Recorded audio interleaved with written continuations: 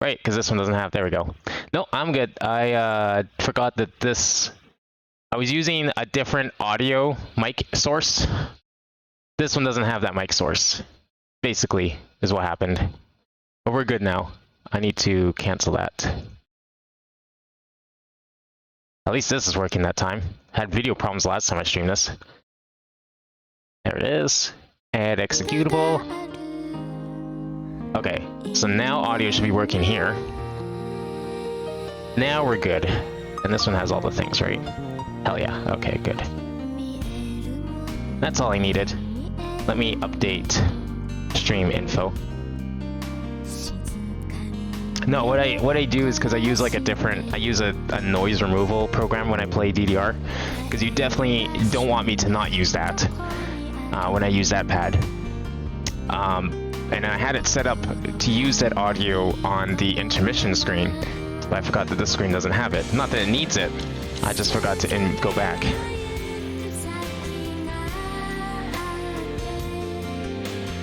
Alright.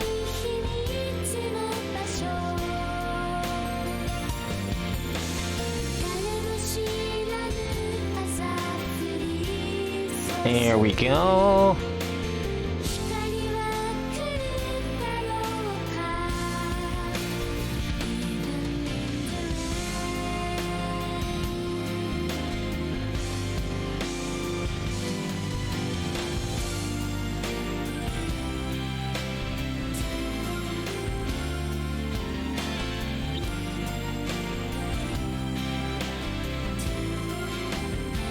There, and I'll just send a notification here, because why not?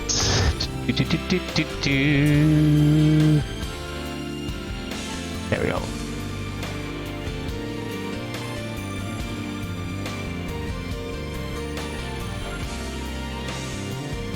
Okay, now we should be good to actually start, I think. Let me know if, like, audio is well balanced. It looks okay on OBS, but what I hear and what everyone else hears isn't necessarily the same thing. Alright, so we have 2 routes to go. Oh, I need to actually move one more screen here. 1 second. We have 2 more routes to go. This one hints at that it might be short, so I don't know how long it's going to take. But there's like, it's 2 parts, and then there's a grand finale. So we are at this one. Alright, so this is like the final boss of the game. If you can call a, if you could say a visual novel has a final boss. Alfine, the end. Cause get it, it's a music pun. So is this like the epilogue? Doesn't look like we're in the town anymore. This is like after graduation. The winter sun was neither strong nor weak. The smell of rosemary wafted on the wind from the plant set near the window. I spent that warm afternoon with a letter from Chris. Oh, is this from her perspective? Oh, that's weird. Okay, this is different. Yeah, I've never actually, like, see what he wrote. This is gonna be good. Dear Arietta, I'm writing you from the city of rain. Letters from Chris always started like that. You wrote that you were a little happy, Ari, but I don't think you could enjoy day after day of rain like this. I'm used to it now, but I think you'd hate it after the first month, Ari. If I really could share it with you, I'd do so happily. But I want you to live happily under a sunny sky, Ari, so I'll stop thinking about that. The blue sky really suits you, Ari. At first, I laughed at how stupid that sounded, just like you thought. But in the end, I started thinking that way. About the graduation recital, I'm practicing with a lot of different people now. I'm not much of a people person, so could you compliment me for trying so hard? Practicing with Torta, too, and I feel like she's the best for me. I think that would be the case even if you hadn't suggested it, Ari. I'm sure you'll feel better if it's Torta, Ari, so I don't have to worry. But she practices so hard, I feel like it's wasted on someone lazy like me. I haven't decided anything yet, so I'll stop talking about it now. I'll write the details in my next letter. And congratulations about the bakery. I remember the taste of the bread you made before, Ari, but I'm sure you've gotten even better. I'm eagerly awaiting that day, too. Chris. Not even love Chris, just Chris. So this is just after you kind of have to lock in who you're going with. I wanted to take my time reading the letter, but I didn't have time. I pressed that letter, written carefully and neatly for a boy, quietly to my chest. Then I looked out the window at the sky that Chris had described.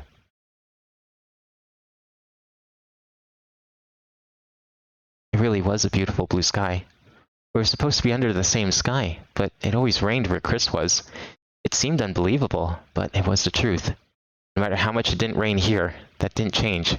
That was the distance between Chris and me. It was far. It truly had gotten far. I wondered over and over if there was anything I could do to reduce that distance. I was doing the best that I could. But was that not enough? Chris would probably come back after he graduated from the school. Back under this blue sky. Meaning, back to me. Chris, I murmured inwardly and looked at the sky one more time. I wonder if that sky really did suit me.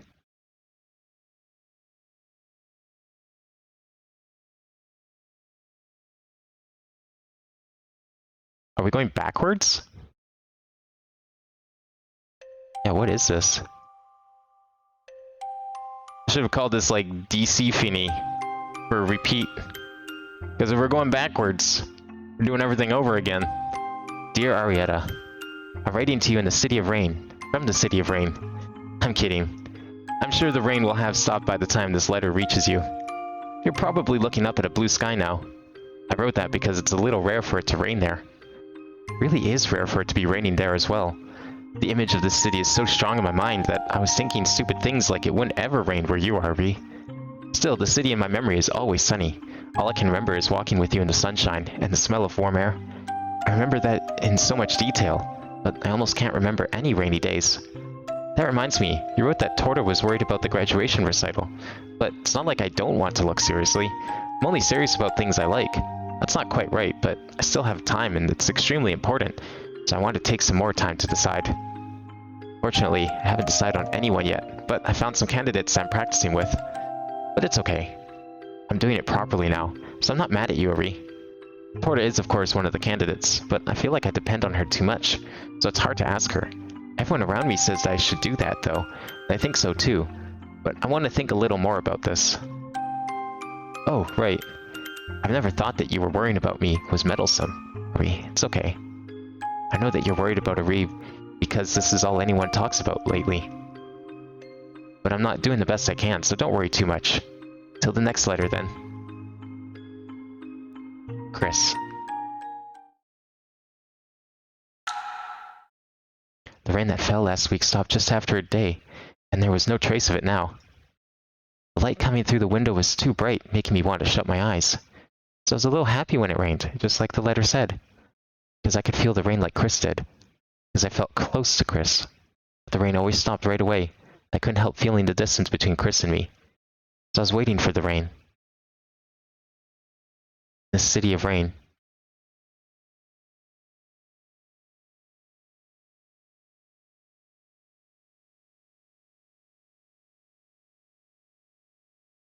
Rain fell for the first time in a long time last Sunday. I wondered how many months it had been. I hear that it used to rain often in the city, but it's very seldom now. Now it was sunny, and the soil of the plant in the windows was dry and cracked. When I went to the window, the smell of rosemary got stronger. I broke off a piece and brought it to my nose. Maybe I would use that to cook. Or maybe I could warm it up into some herbal tea. I was thinking about this while gazing out the window, when I saw someone come to the mailbox in the entryway. It was the mailman. Today was the day Chris's letter would arrive. It was the most important day to me, also being the day that made my heart hurt the most. I hurried downstairs to get the letter and went right back to my room. The days were short, and I didn't have much time to relax. I cut open the envelope with a paper cutter and pulled the letter out. Dear Arietta, I'm writing to you from the City of Rain. It really has been 3 years. I thought about what you said, Ari. I feel like it was really long. Maybe what I really want to say is that being told there's suddenly 3 months left doesn't feel real. I kind of understand why you say you're afraid of that day. There's been too much time when I couldn't see you, and being apart has become too normal. The future seems so far away now that I can't see it. But even so, there really is only 3 months left. And I think that time might seem longer than any until now. I don't even really know about the recital, so I can't rate the details. Depending on my partner, I might be practicing every day. I don't know if Torta wrote about it in her letter, but I'm doing the best I can, so please don't worry too much. I'll never make you wait for another year. Till the next letter, then. Chris.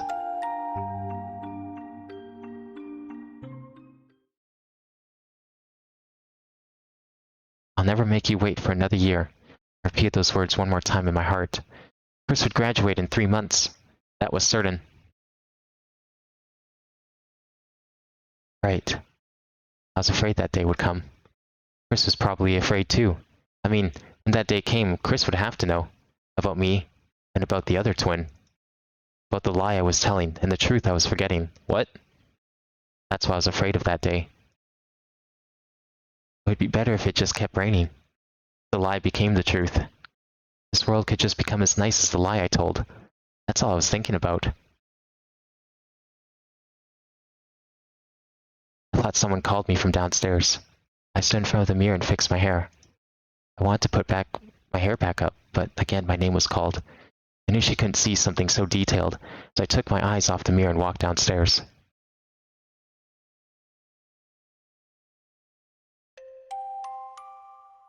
Till the next letter, then.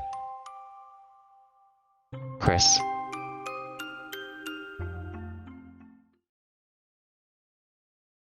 What's this about, another twin? Why have we never heard anything about a third person? The letter that arrived today, Chris didn't talk about his graduation recital. Even though November was almost over. Even though there was only 2 months until the recital. I wrote my letter quickly and started to get ready to go out. Contents were about Torta being worried. And then it was nothing special. It was a letter of lies stacked on lies. All for Chris. If you were counting, the majority was truth.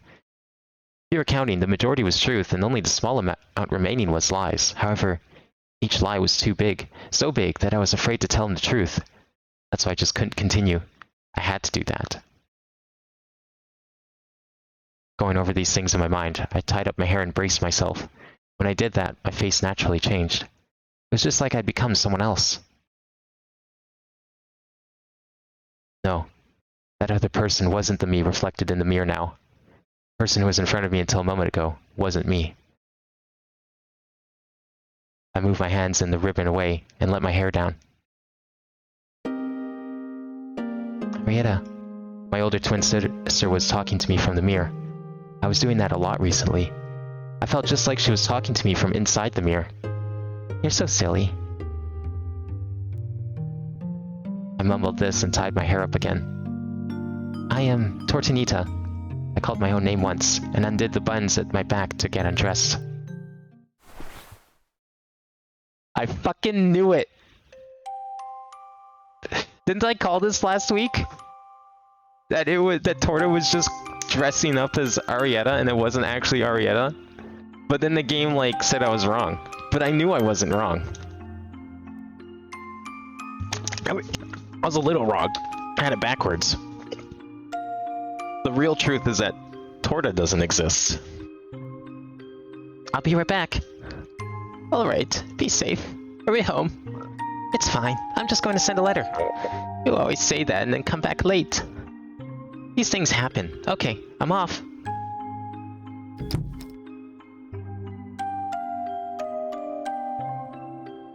Changed it to my normal outfit and ran outside. Now I almost couldn't feel any of my earlier depression. When I wrote letters, sometimes I certainly felt like I was someone else. Not Tortinita, but Arietta. Even so, I was me. I wasn't writing lies. My feelings about Chris, all of it were true. I can swear only that was the truth.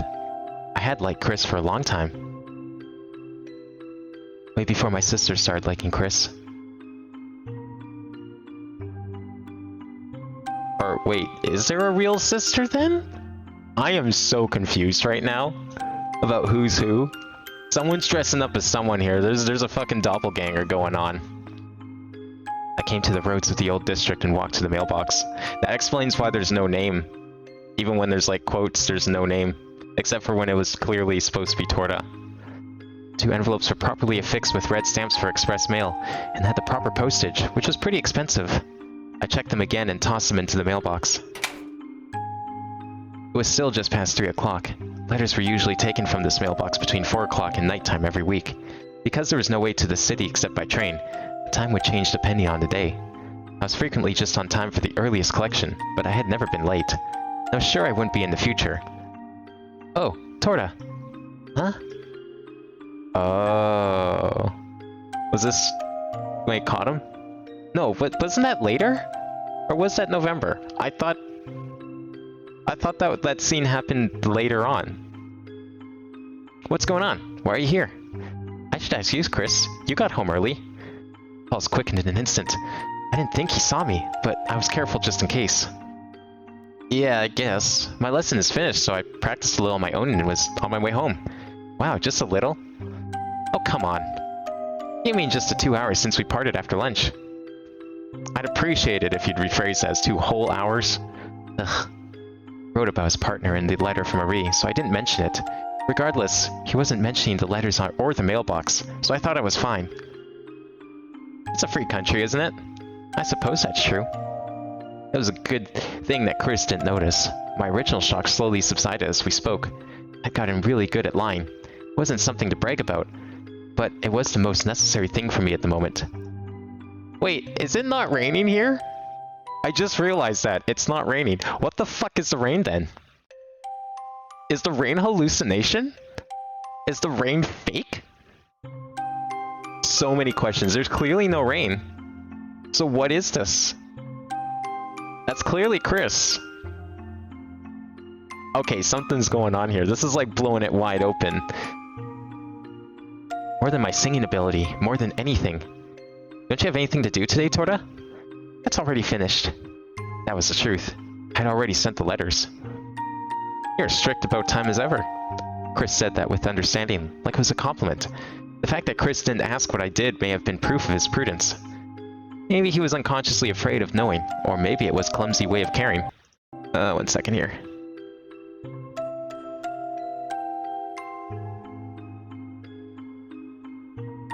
There we go.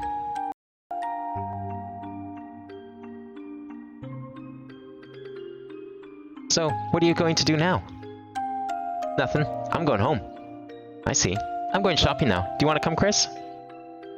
No, I don't really have any shopping to do. Right. Well, see you tomorrow. Yeah, see you then. Chris went home as if nothing had happened. I guess this is like a different iteration, so he caught her multiple times, kind of. When nothing was going on, whenever I invited him, Chris would always run away like that. He was probably doing it out of consideration for Ari, but that was quite strange as well. All those letters that Chris was sending to Ari were actually to me, and Chris just believed that blindly. Perhaps Chris would listen to words in the letter from Ari more than if I said them. I felt the hard to resist pull of that dark power, and it frightened me. But in the end, I wrote it in the letter. So is Ari real? Is Torta just like living here and at home? I am so confused. If this thing pulls like a fucking Zero Escape or a Professor Layton kind of ending, and there's like some big complex explanation for all this, that'd be amazing. Why not Torta? I was a terrible woman. Yeah, it would certainly make it easier on you if you didn't have to like pretend to be someone else half the time. Just slowly let him forget about Ari. I did some basic shopping just like I told Chris I would. Then I arrived at the train station like always. I could still remember every detail of the words Chris said when we first arrived in the city. I can hear the sound of the rain. That was already 3 years ago. Chris definitely said that. Yeah, so where's the fucking rain then? I don't see no rain.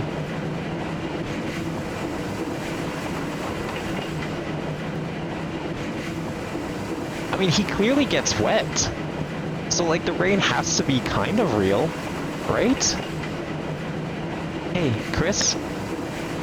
Chris slumped in his seat and gazed outside with dead eyes. No matter what I said, he didn't reply. Maybe I shouldn't have forced him to leave the hospital. But that was just my decision. Everyone got him out. I thought it was the best thing at the time. Wait, a hospital? Oh, I see where this is going. But now that we had come this far, it was too late. Man, schizophrenic. He's delusional. The scene outside the window suddenly changed, and I turned to look at it. When we left the tunnel, the sky was already dark. Ah! Chris! Chris suddenly covered his ears and curled into a ball. Are you okay? Does it hurt? Several people who had already returned from the sleeping car looked at us. It's alright. I said that, and as I couldn't hold him, I just moved him close and stroked his hair. His eardrums had ruptured the week before, and the hole still hadn't completely healed. That's not good. That being said, there was no other external injuries.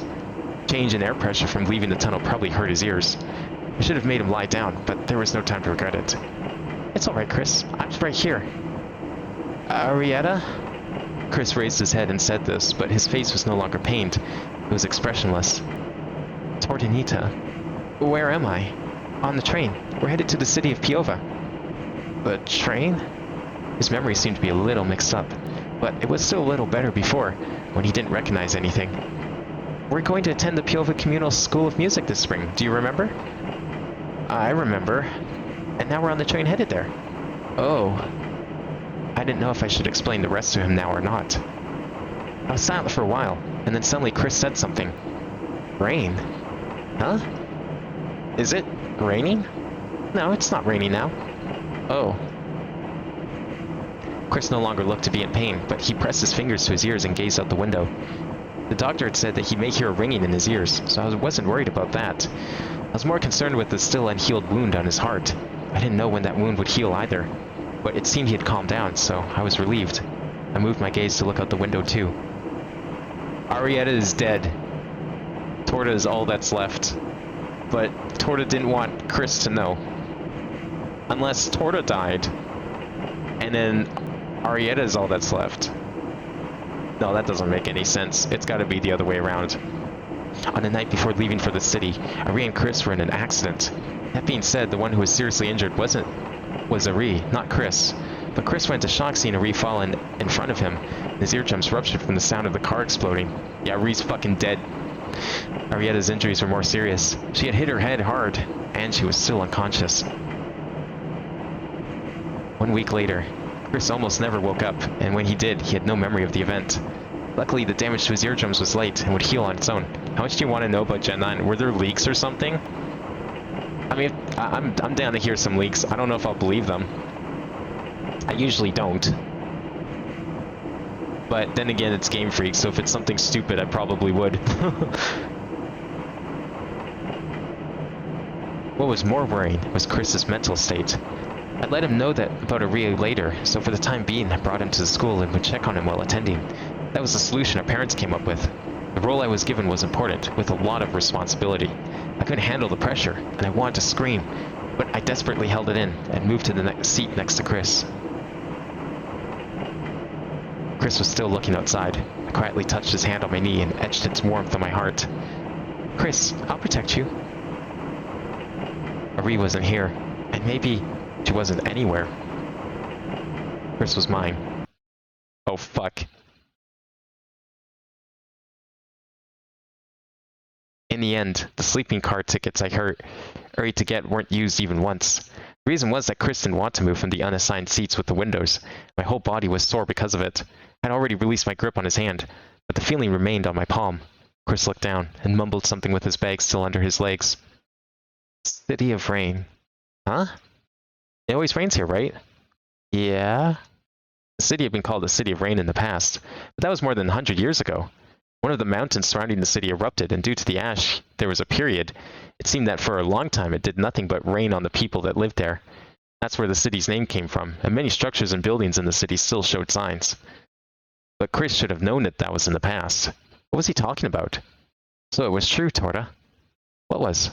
As I asked him that, I was unbelievably happy at him calling my name for the first time. Look, can't you see it, Torda? Huh? Come on, can't you hear it? Can't I hear what? The sound of rain. So he is the one in charge of the rain. What the fuck is going on? That is not a twist I expected, to be honest. I think he just knowing the release date to start typing said it. How blind you want to go into the game? I mean, I don't even know if I want to get the game. I don't trust Game Freak. I would want to know as much that I need to like understand if I should even bother with the game, because after Gen 8 and like kind of Gen 6 and 7, yeah, I'm not gonna blind buy Pokemon games anymore. I just don't trust them to make something decent that I'll enjoy. So I would want to know all their decisions and like features and how they're changing the game. Like what they did with gyms in Gen 8, I just really don't care for. For example.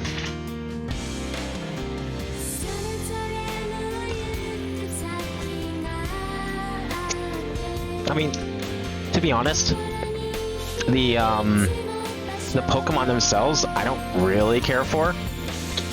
To know, like that can say a mystery.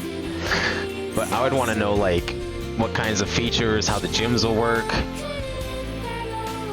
I want to know how the game's gonna run this time. Although I don't, that as long as it's like fine enough. See, what really fucks with me is that they gave both Arietta and Torta like 2 different voice actors. But that's probably on purpose so you don't get any ideas. But now the cat's out of the bag, and we know they're one and the same. I want to know more about this Rain though, because like, okay, so other characters have gotten wet. There has been times when they've gone wet, but that could just be a coincidence, like it's actually raining or something. So is Chris like always getting wet when he comes home, like just like a mental reaction? Not actually getting wet? And what about her? Is that just a hallucination then? I need to know. The game finally got interesting. Like it was pretty, there's some parts before, but now we got like, we're gonna crack everything wide open. This reminds me of like finishing the Hatoful Boyfriend. If you haven't played the world's best pigeon dating simulator, I urge everyone to go and play that.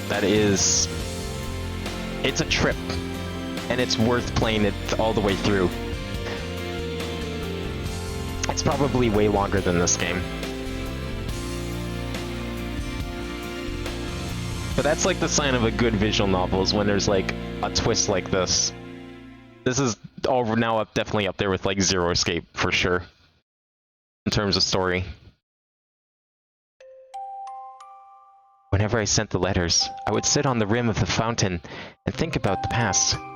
Chris got a fever right after that and slept for 3 days at my grandma's house. Chris had probably already forgotten that I nursed him the whole time. No, it was probably better to say he didn't remember. After that, I talked with my grandma and stopped denying the rain hallucinations and sounds to Chris. I still didn't know if that was the correct decision. But Chris didn't lose his mind like that again, and he still looked relatively healthy. Chris. Till the time came for him to know the truth. Okay, so then, in this case, I was probably definitely right that it was Torta dressing up as Arietta last time. But it turns out, it was probably Torta dressing up as Arietta every time. Arietta never came to the town. She was probably still in a coma, or probably dead. One of the two. Decided then that I would protect Chris until he was ready to accept it. That was still going on. I learned about their promise to write letters a week after that. It was all written in the letter from Chris to Ree that came from my house by express mail. About the drawer. The empty envelope she gave him. I wrote a reply and sent it by express mail back to my house to deal with the problem of the postmark. The only time that a letter didn't reach Chris during all that, I covered up with the lie that Ree had injured herself in an unfamiliar workplace. I wondered how many lies I had told up to that point. I was sure, too, that I would have to tell many more. Chris. Thinking of him, I mumbled his name again. But I just couldn't hear the sound of rain. I mean, yeah, that's fair. I don't want to, like, spend $80 on a game that I'm going to end up hating, like Omega Ruby. Omega Ruby was a disappointment. And looking at Gen 8, I'm just like, oof. I wouldn't pay 80 bucks for that. I would maybe pay like 30 bucks for that. Because that's how much I paid for games of that caliber. Came to the cafeteria for my lunch as always. The seat by the window Chris was sitting in was at our special table. I heard that he was watching the rain, but I didn't know why. It was the same to me whether the rain was falling or not. Morning. Chris was stirring his spoon disinterestedly through the risotto on his plate. You're eating pasta? Oh, it's lunch. Okay. She says morning. It's 12:45. Or whatever. Morning. Chris had put his bag on the seat next to him for me as always, but it must have been open because there was sheet music poking out. Huh? This. I was interested, so I pulled it out and waved it in front of Chris. What's this sheet music? It the song for the recital? For now. You have the whole thing? For now. That habit of just saying for now. You're telling me to stop, right? I'm working on it. For now, right? Stopped the aimless exchange there and asked him. Though that type of back and forth was when I sensed the most happiness in him. So, can I take a look?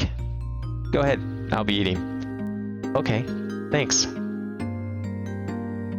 my head, I replayed the notes written on the sheet music. It took some time to imagine the sounds and recognize it as a piece of music. There were no lyrics written, so I just tried singing the scales in my head. It was a sad melody, very much like Chris. There were far more dark chords and cheery ones, and the song followed that.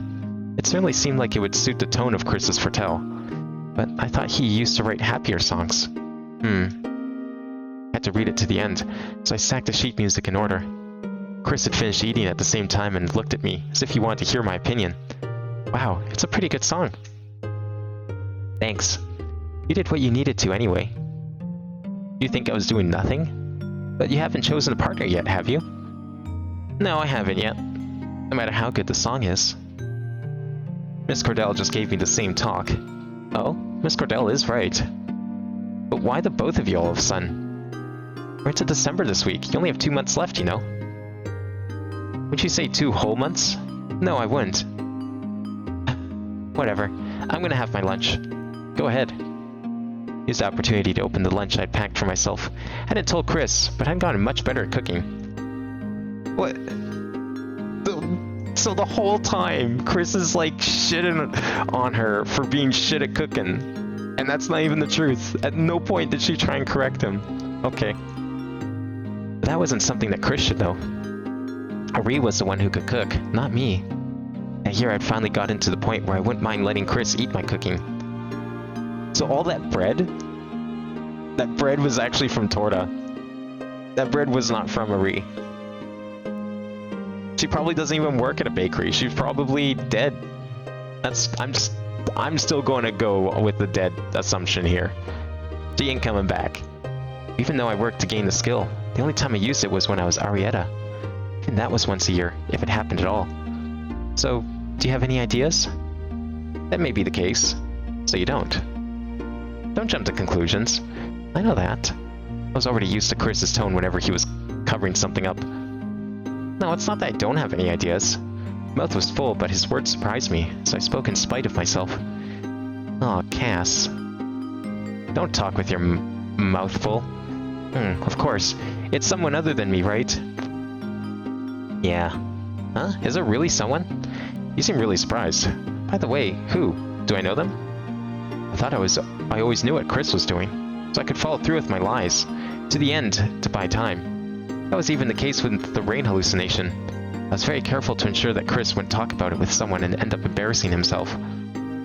Oh, it's nothing. Chris shut his mouth, looking like he had said more than he should have. It wasn't his light tone of a moment ago used to cover things up. It was the tone he used when he was ashamed of something. Wow, so you really did work on it. Couldn't dismiss the possibility that it was a girl. No, even if the student was a boy, if they got close, he might say things he shouldn't. I kinda did. What? Even I could hear the irritation in my voice. I knew that was just simple jealousy, but I couldn't stop it. Then Chris... Alright, so there's 2 ways we can go here. This is definitely a point we need to save at.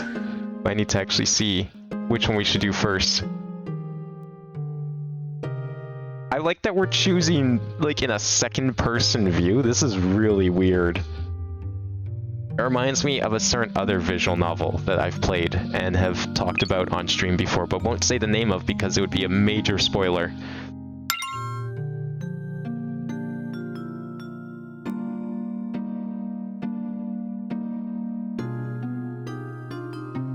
So I don't know which one I'm supposed to pick because it says gave in and began to explain himself, but I see neither of these.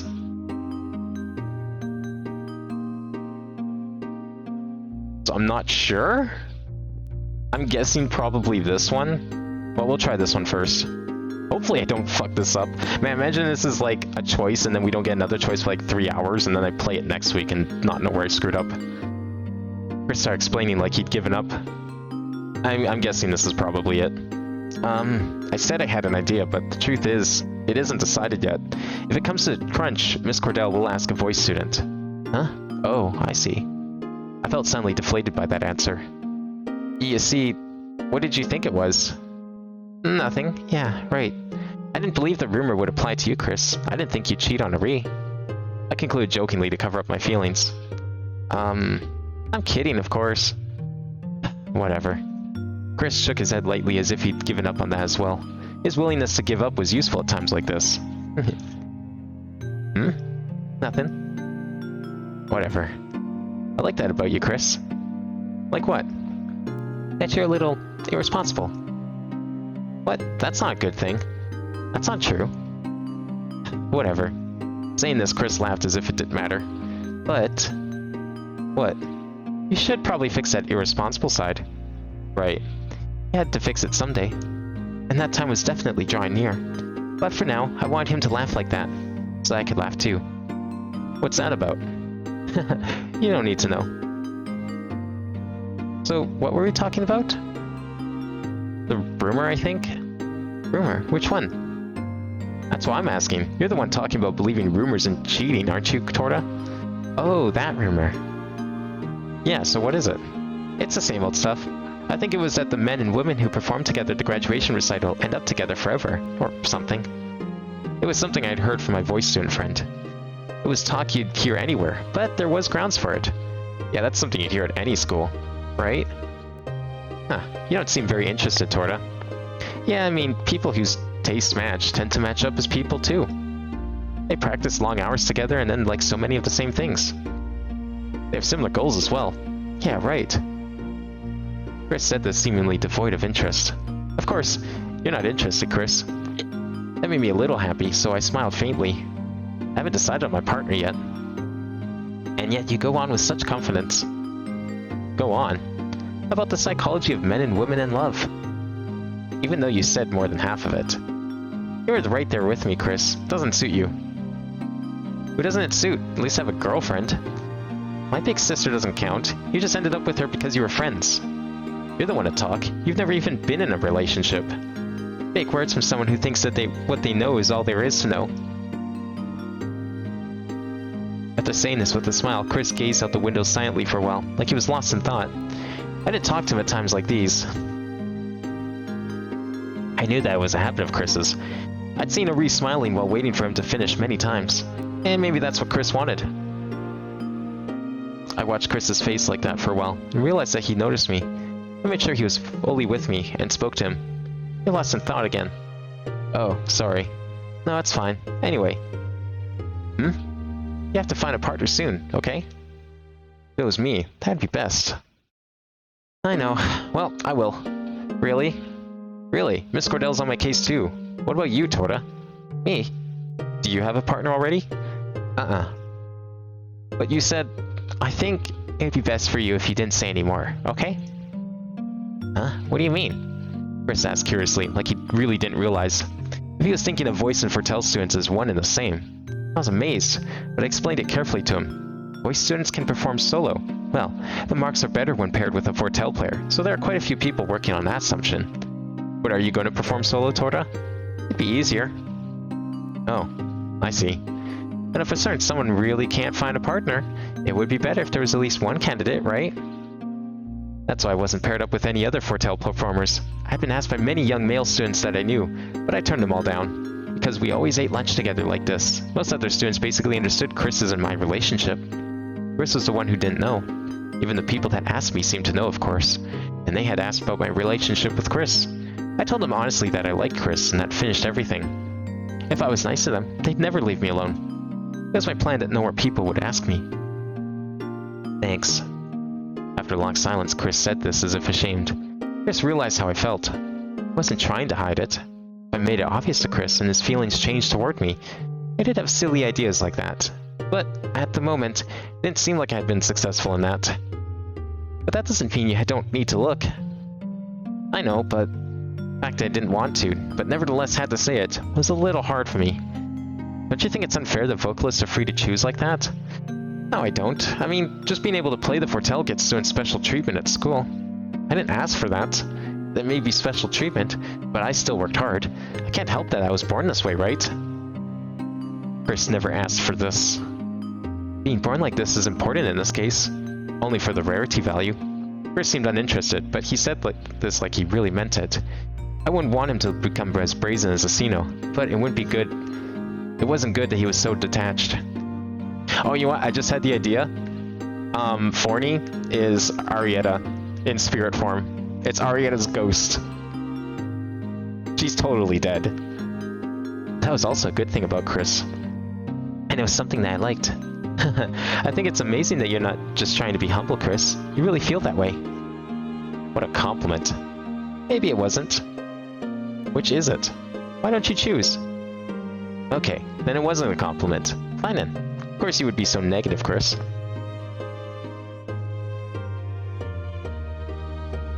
As we talked like this, time passed quickly. I glanced at the clock and noticed it was almost time for the lunch break to end. In the end, I decided to ask Chris, just to be sure.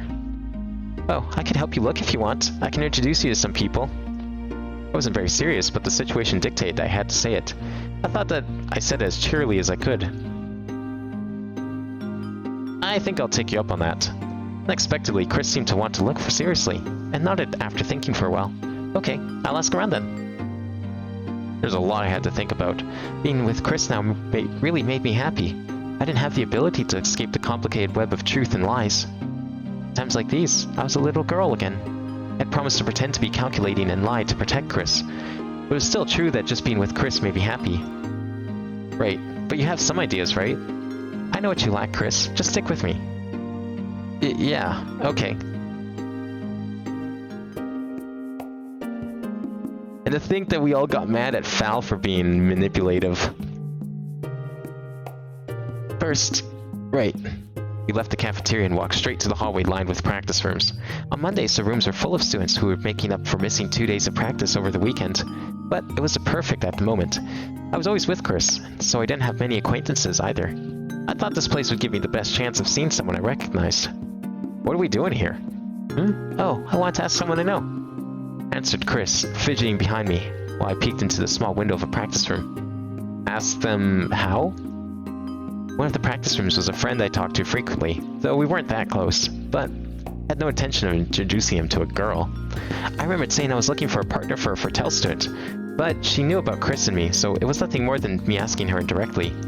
Of course, I didn't let Chris know that. If it was necessary, I could rely on Asino, though I didn't see the need for it at the moment.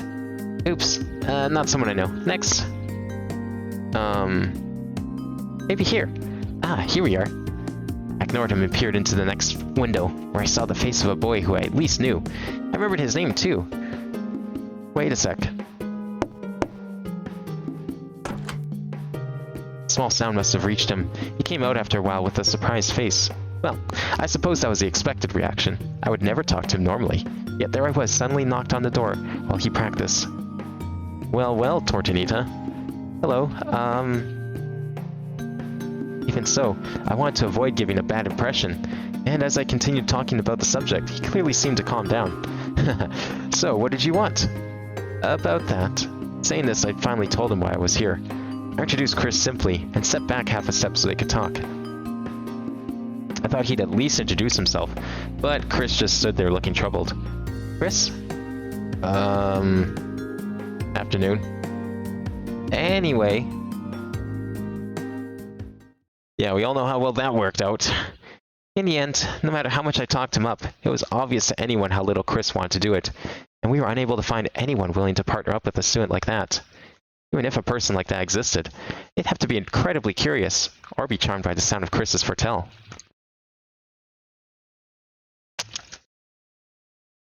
Or someone who liked Chris as much as I did. I was secretly satisfied with the outcome, and it seemed I needed to hide it.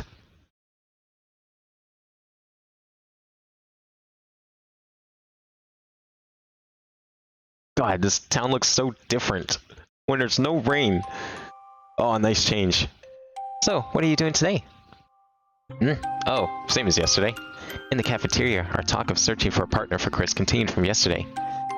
You're still giving those unmotivated replies. That's why you can't find anyone. I know that. Shall I go with you again today? I'll pass. Anyway, today's Tuesday. It is, but I'm worried about you, Chris. Oh, do we get to finally see what she's doing on Tuesdays? Oh, I wanted to know. What crazy secret is she hiding, besides this one? I'm fine. I can't keep troubling you, Torta. Well, alright then. Maybe Chris was pretending to look while waiting for me to go home. No, contrary to expectation, he may have really been looking. I didn't know how he was doing it, but it seemed I could leave it to him. I left Chris in the cafeteria gazing out the window and wondering what to do, and I went home to take care of my own business.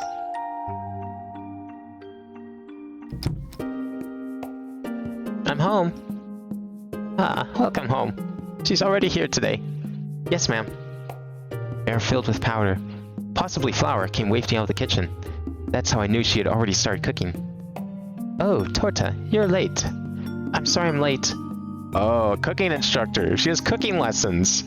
But she didn't want to tell him, that's why. Miss Mae must have noticed that I got home, and she came out of the kitchen into the living room with her apron on. I had heard she was already in her 60s, but she was such good shape that she didn't look it, and her gait was also steady. She was a friend who drank tea with my grandma, and went to the many small concerts held throughout the city with her. They came by the house every Tuesday. My grandma actually wanted to go to Mrs. Mae's house, but her legs were too bad, and since Mrs. Mae was still in good health, she always came to us. Also, Mrs. Mae had worked in a bakery until recently, and since she was teaching me how to make bread when I found the chance, every Tuesday was like a cooking class for me. Of course, we didn't have a formal agreement, and since I would have to start practicing for the graduation recital that month, I'd already told her that I may not be able to get home while she was still there. But I needed to learn as much as I could about making bread so I could pretend to be a Ree. You don't have to worry about it. You're busy too, right, Torta? I'm just baking bread because I like it. No, there's so much I want you to teach me. For almost 3 years, Chris hasn't eaten a Ree's bread. He didn't seem suspicious of that, but I wanted to make him some for Natalie at least. Times like that, I realized I often felt like a Ree did. Every time I let my hair down and looked in the mirror, I couldn't help but think that. Especially when I was writing the letters. Now let's practice baking today. I already made the dough. Do you want to try it from scratch next week? Yes, ma'am. Your best, Torta. Grandma always purred me before spending time with her friends. I really was glad that she would say that for me.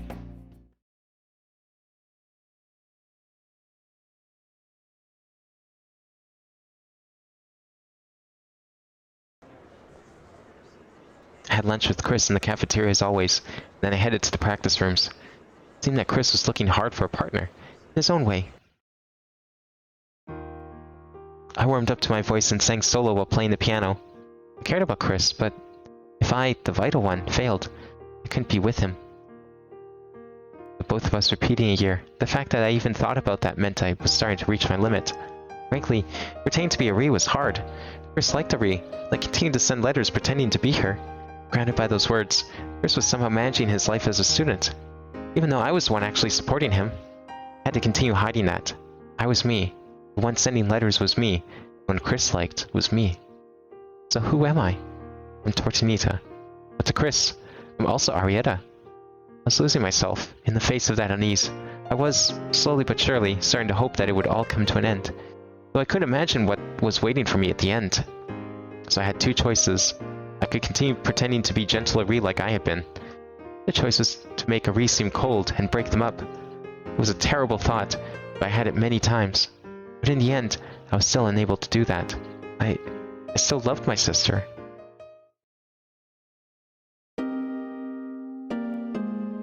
Couldn't concentrate on practice, and the next thing I knew, I was outside. This is a new scene.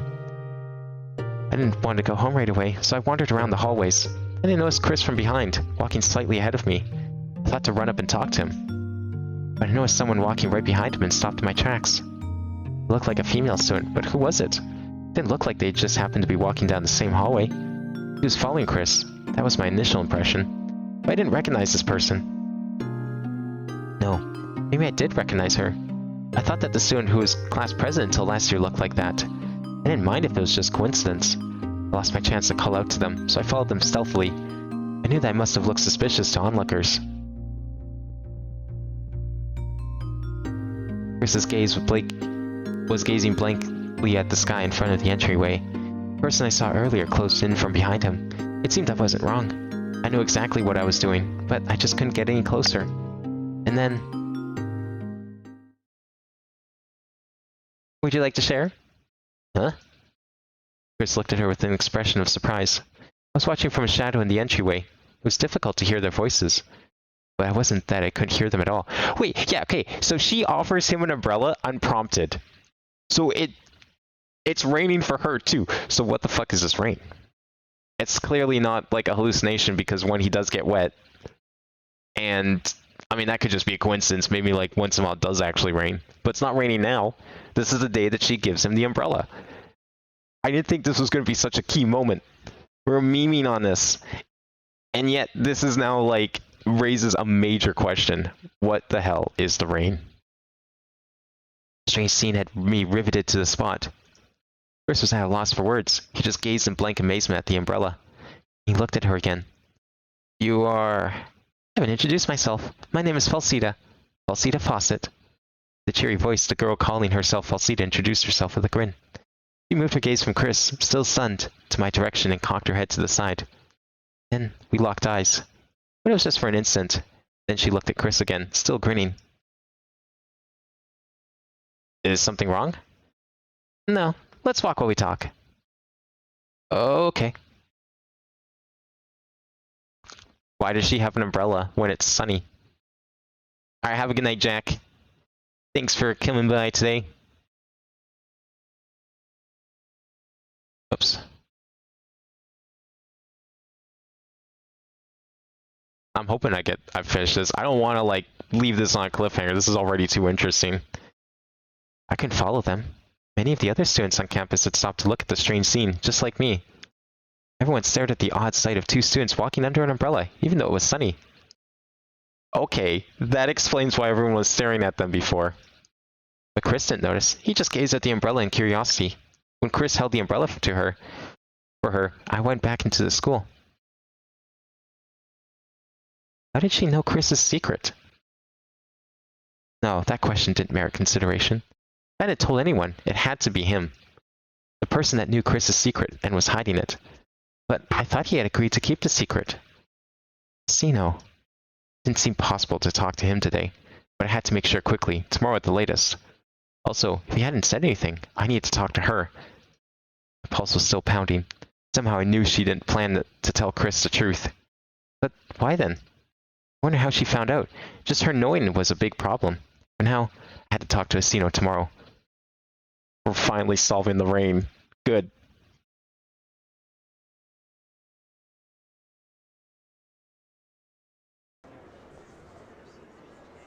Lunch as always. And the same scene as always. I was watching Chris. Couldn't stop thinking about the day before. What?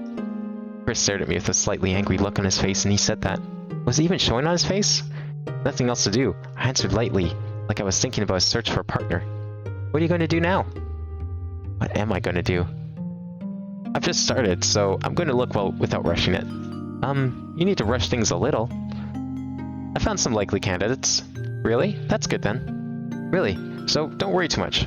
Yeah, okay. Well, I'm going home today. Alright, see you tomorrow. I managed to keep up appearances and walked into the hallway. I was fine. I didn't think I acted any different than normal. Chris cheerfully showed me out as if he hadn't noticed anything. That let me know that what happened yesterday wasn't a big deal. Horny route gonna be lit? Oh yeah, this route's already getting blown way the fuck open, so I can't wait to see what Forney is. Forney's gonna be like some crazy hallucination of his mind, or something, because of the accident. There's no doubt about it. That, or Forney is the ghost of Arietta, because Arietta probably died. It seemed the female student named Falsita Fawcett didn't tell Chris anything. Of course, if she was going to tell him, she wouldn't have taken those steps. Then why? I couldn't find an answer, but I couldn't ask Chris directly. Then I hid in the shadows of the hallway and waited for Chris to come out. Have I played that Steam Deck game Desk Job yet? Nah, I'll play it when I get the Steam Deck. It looks like it'd be really awkward to play on anything else because of like all the control stuff. Like I bet it uses like touchscreen and gyro shit, which I don't think I could do very well.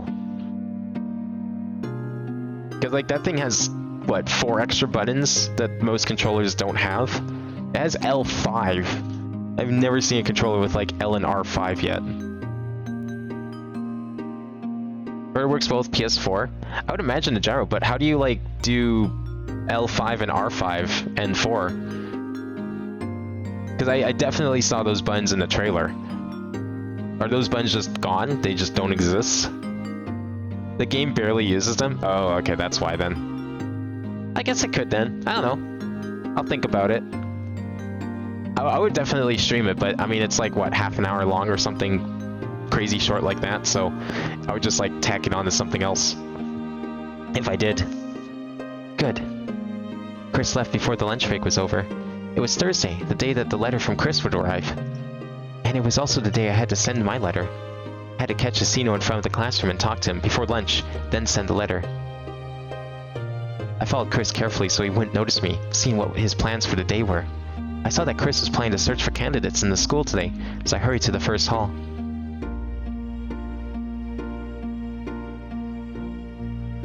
Checked the clock and saw it was 10 minutes before the end of the lunch break. Why does she have to do this? Because, like, it's not like she needs to keep up Arietta's appearances, right? Because, like, she's in a different city, so how would she even know half this stuff in the first place unless Chris said anything in the letter?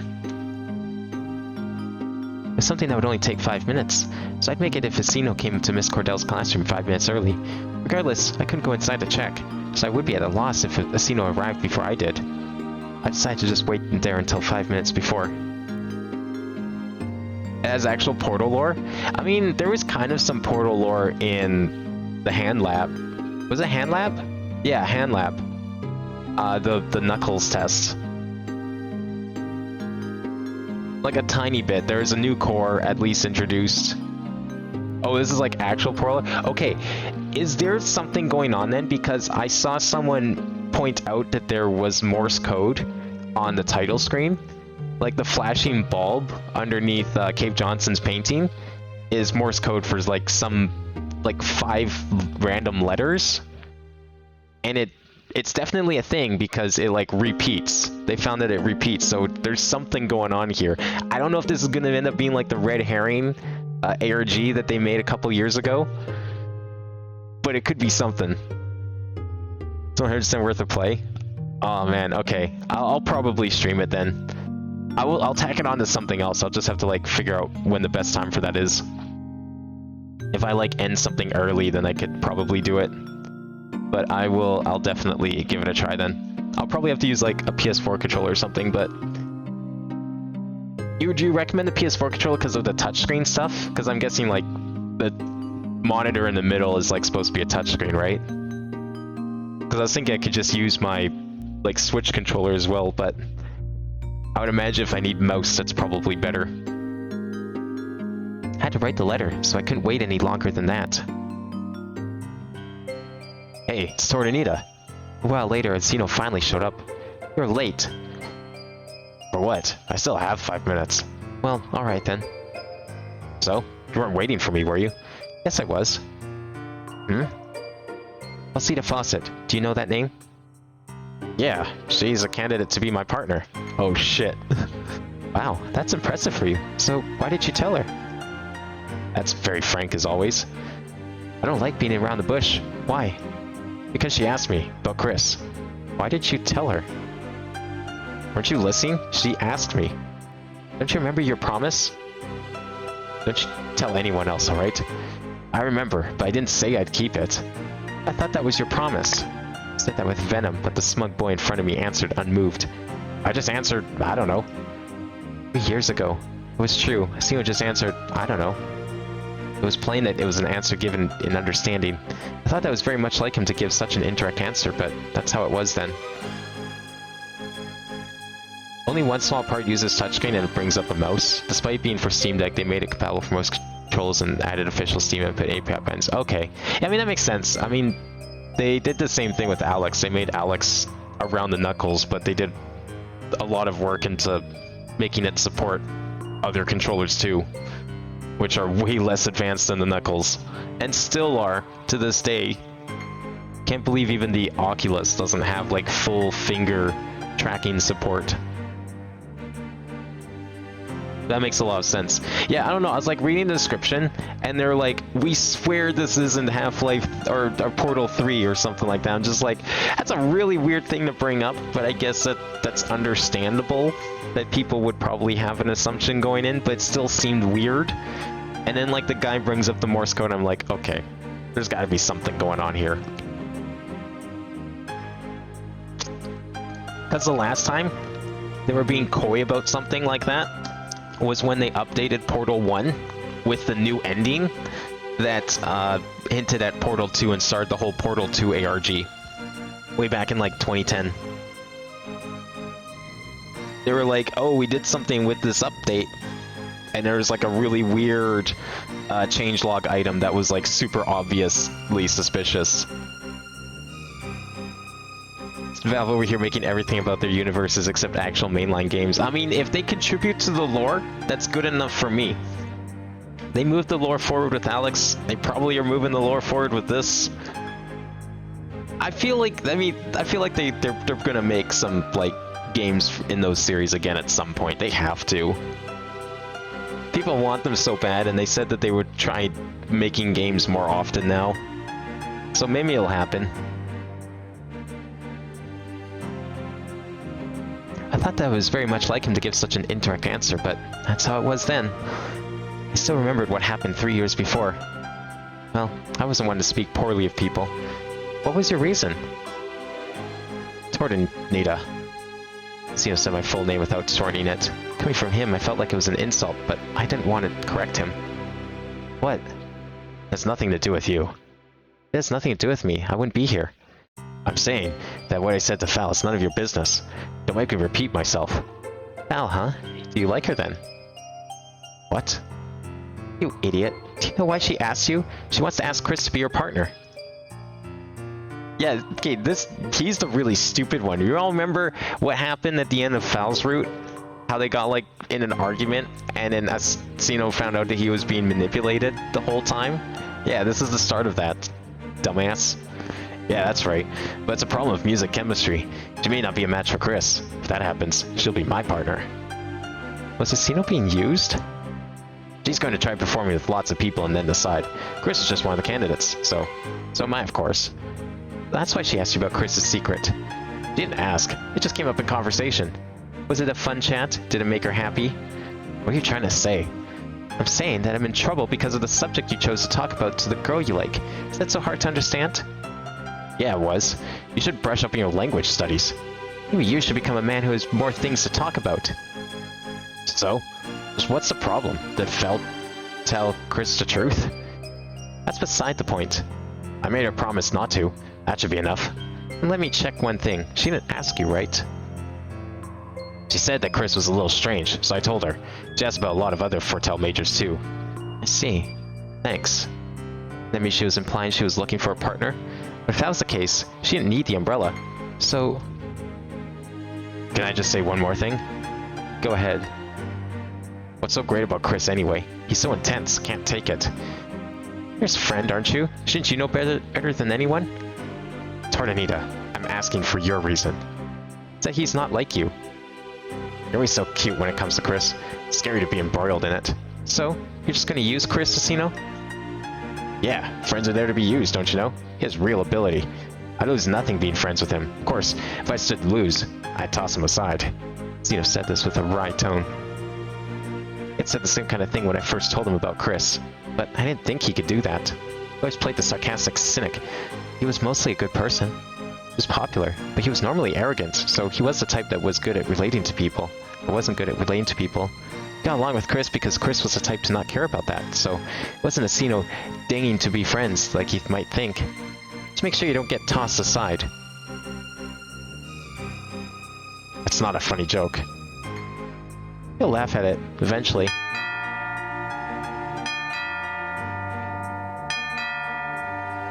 Wait, what route is this? You aren't Chris? This is Alfine. This is the extra... This is the final boss route. Or we're heading down that path anyways. This is the route you get when you finish all the other routes. So, okay, I don't know how much you missed. But I may as well, like, do a summary, because, like, it's going to be important. So we're currently Tordanita. And it turns out Tordanita is Arietta. This whole time. But Arietta does exist. She does have a twin sister, except that Arietta and Chris got into like a car accident, and well, Chris got out of it pretty much scot-free, except his eardrums ruptured, but you know, that's not a big deal. No one cares about that. But Arietta is like in a super coma or something, so she's been at home, and everyone's parents, like Chris's parents and Tordanita's parents, both decided and agreed that it would be best if everyone just pretended that Arietta was fine. So this whole time, every letter that Chris has been getting from quote-unquote Arietta has actually been from Tordanita. And anytime Arietta has showed up in the story to hang out with Chris, it's been Tordanita. So the actual Arietta has never seen Chris here. Yeah. Anytime Arietta comes over, it's actually Torda. Even if you don't do anything in a route, it's actually Torda. That's why she was able to show up for like one night, all of a sudden, out of nowhere. I even joked. I called this shit out. I was like, oh, this is totally Torda dressing up as Arietta to try and like get Chris, or like try and manipulate Chris into like breaking up with Arietta. And I bet it was. I bet when we get back to December and get back to that night where Arietta just randomly shows up, that's what's going to be the reason. It's going to be to try and make him break up with Arietta to go with her. And that's why she was so sad afterwards, because she realized what she just tried to do and how terrible she was. I bet that's it. Now, I don't know if Arietta's actually alive. That's the real thing. That there's never been any indication if she's actually been alive or dead, because we've technically never heard from her. Knowing this now. So I don't know. So the other thing too, notice how it's not raining at all? That's all in Chris's head. Chris is like hallucinating the rain, and that's why no one walks around with umbrellas. But at the same time, people have gotten wet, but that just could be a coincidence, like normal rainfall just happened on the days where like people came over to Chris's house. Or he's also hallucinating people getting wet from the rain, and people are just, anyone comes over just plays along and is like wondering why the fuck did he just hand me a towel? It's not, I'm not wet.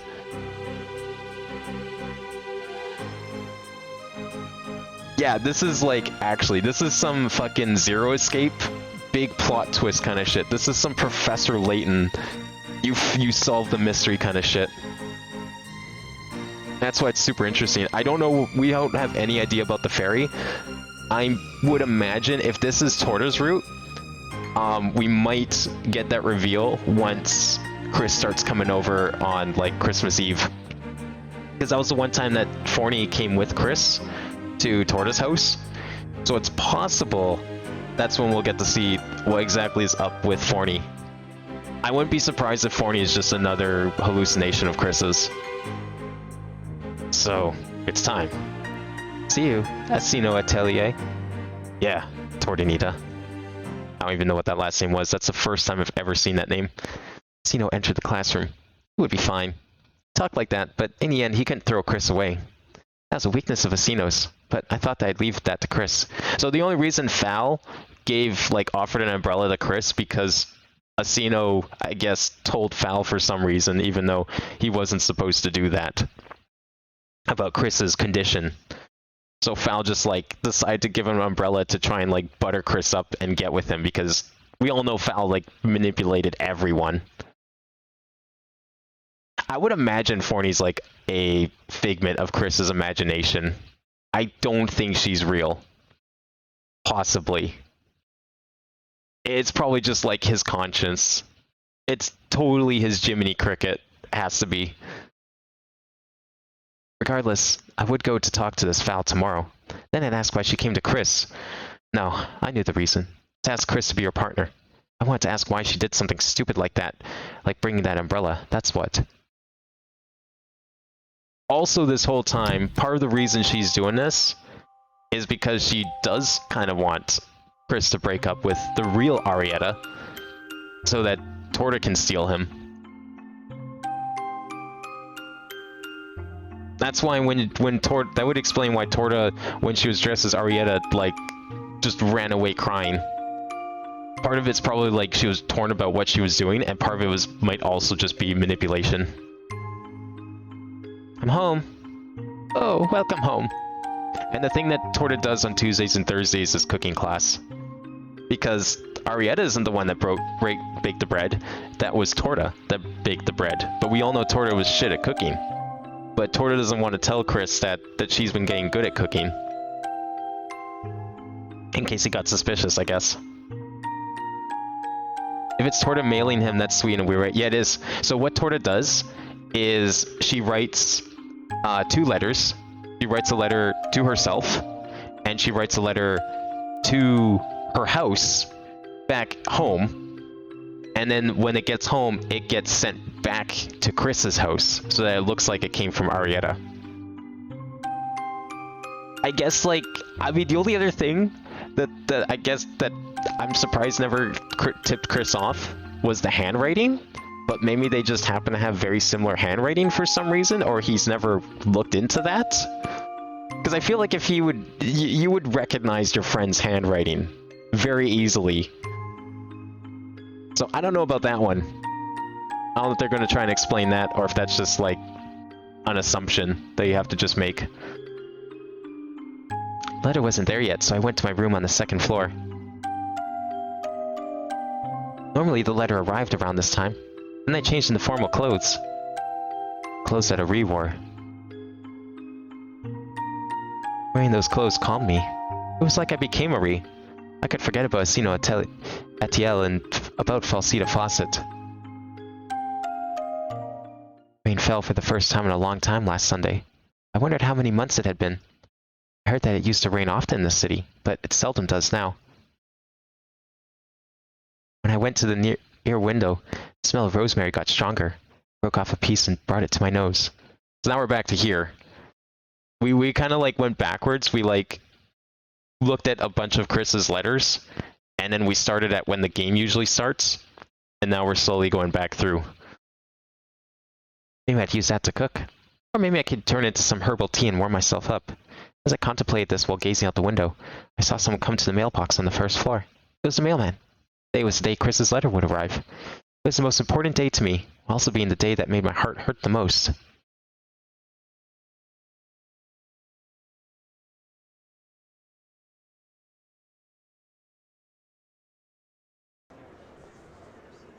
I left Chris in the cafeteria and headed to the Chinacolo.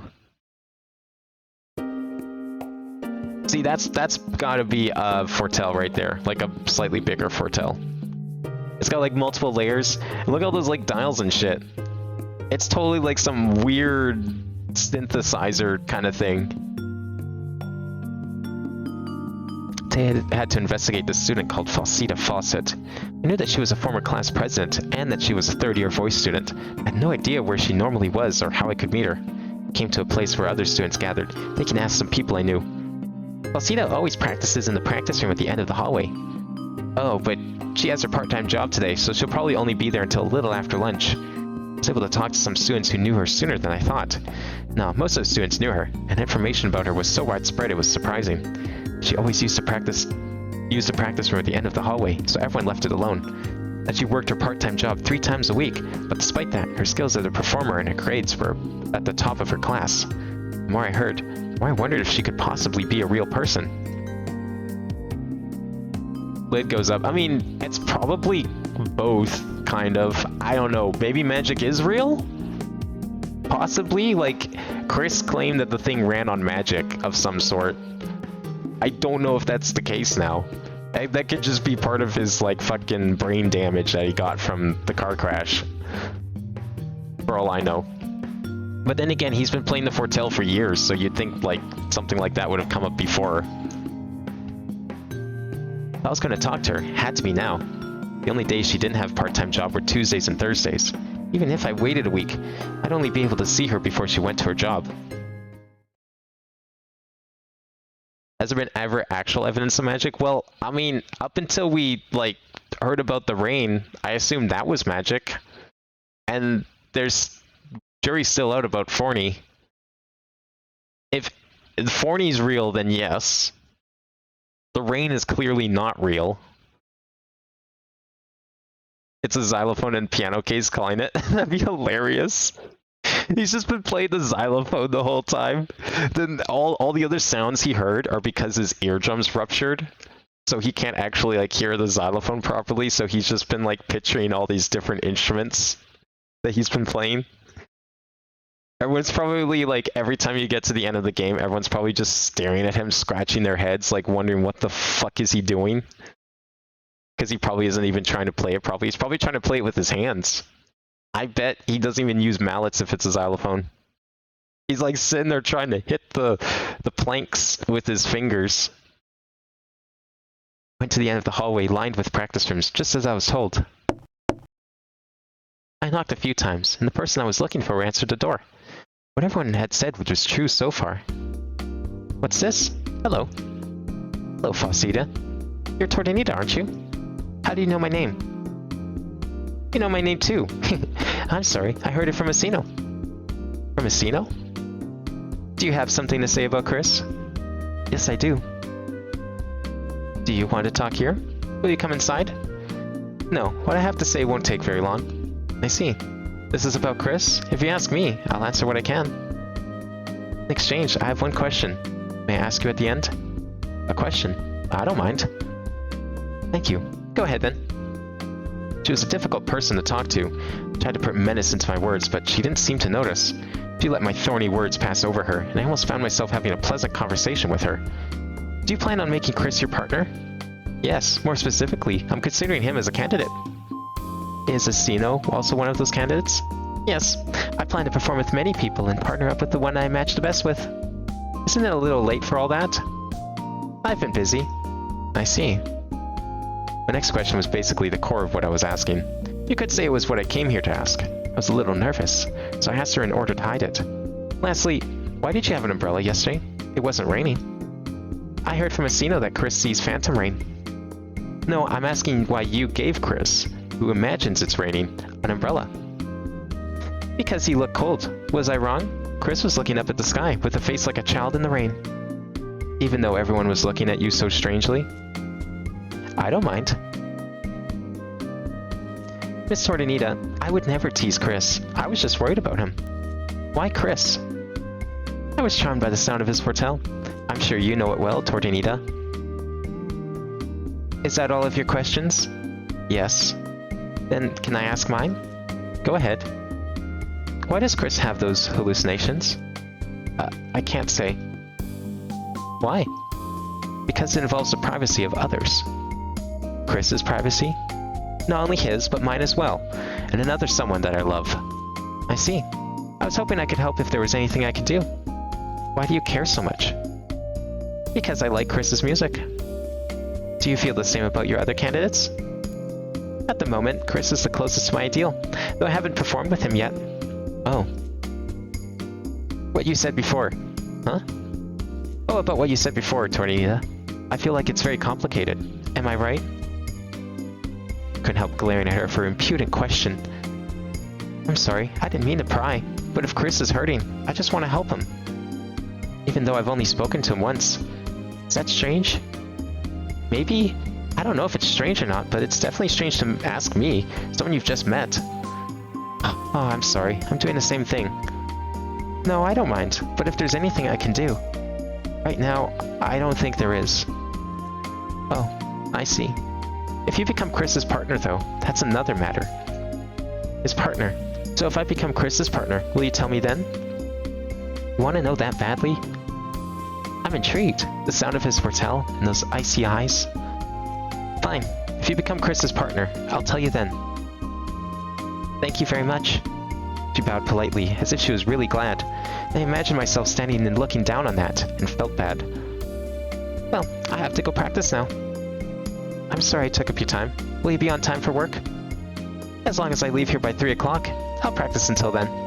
I see. I'm sorry for coming out to you of the blue today. No, I'm glad we could talk. I see you really care about Chris. But you have a weakness. There truly are things we can't understand on our own. What do you mean? Asino told me that you're trying to do it all by yourself. He said it's hard to watch. Can you tell him it's none of his business? It looks that way to me too. Is it none of my business? No. I hope we can talk again. Well, until then. You've heard of AA and AAA batteries, but have you ever seen a quad A battery? Yes, I've seen them once. They're like the really tiny ones, right? They're kind of stubby, I think. Aren't those used in cameras? I think the context I saw them in was like for cameras, like digital cameras, or even just to power the flash of like a film camera. Was there A23? Okay, I don't think I've seen those. I like how they just gave up trying to type out all the A's. At what point did they stop typing all the A's? Quad A or Quint A? 6A? Those words, she returned to the practice room, looking at me sympathetically. Seeing her seemed to highlight the ugly part of myself. It was hard to hear, hard to bear. It didn't matter how good her grades were. She was loved by people, and the fact that she truly wanted to help other people was amazing, though I hated to admit it. Which would really be best for Chris. I was feeling that I had been protecting Chris this whole time by myself. I was the only one that I could do. That may have just been arrogance. I was just starting to wonder if that was best for Chris. If Chris were to choose someone else as his partner, it may have been best for me to give up the responsibility. And then I should talk to everyone that Chris chose and ask them to do it, just as I'd promised her. N? Where does the N come from? The heck? Or are they just like, alright, we can't just keep adding A's onto this, let's just say number. Not a number. And they're like, you know what, that's a stupid idea. Alright, A23 it is. Even though it's only the 4th, 5th kind of battery. But could I do that? No, I would probably have to. I would imagine the N probably stands for like something inside the battery. Isn't that what the A's stand for, kind of? A23 is like 9 cell batteries in a trench coat? Weird. What would you use that for? Why would you need to like have so many contact points for a battery? Because if they're like cell batteries, that means there's multiple positive and negative terminals on them, right? Oh, here we go.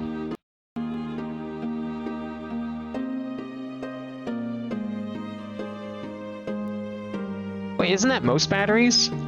They're just like stacked up together? Like that?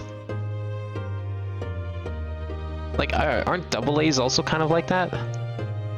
Also, that looks like the same size as a AA, just a little shorter, but... I mean, I'd probably have to see them next to each other. I've never... If the Energizer makes them, I've never seen them. I see what you mean now, though. They just look like normal batteries, really. But I didn't know Energizer made them. I like how you say it's 9 cell batteries in a trench coat, and then the picture you link, it actually looks like a trench coat opening up.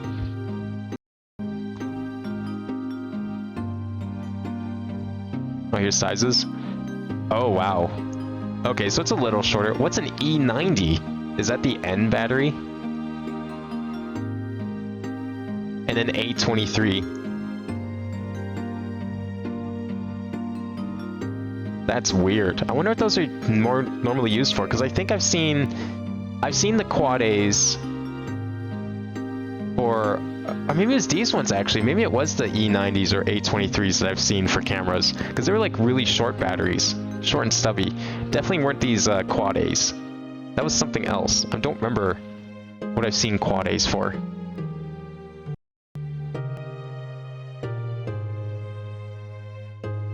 would all be for Chris. I would persuade her to do it. Then I would leave this place. She's gonna give up like that? I didn't want to see her face again if I didn't have to.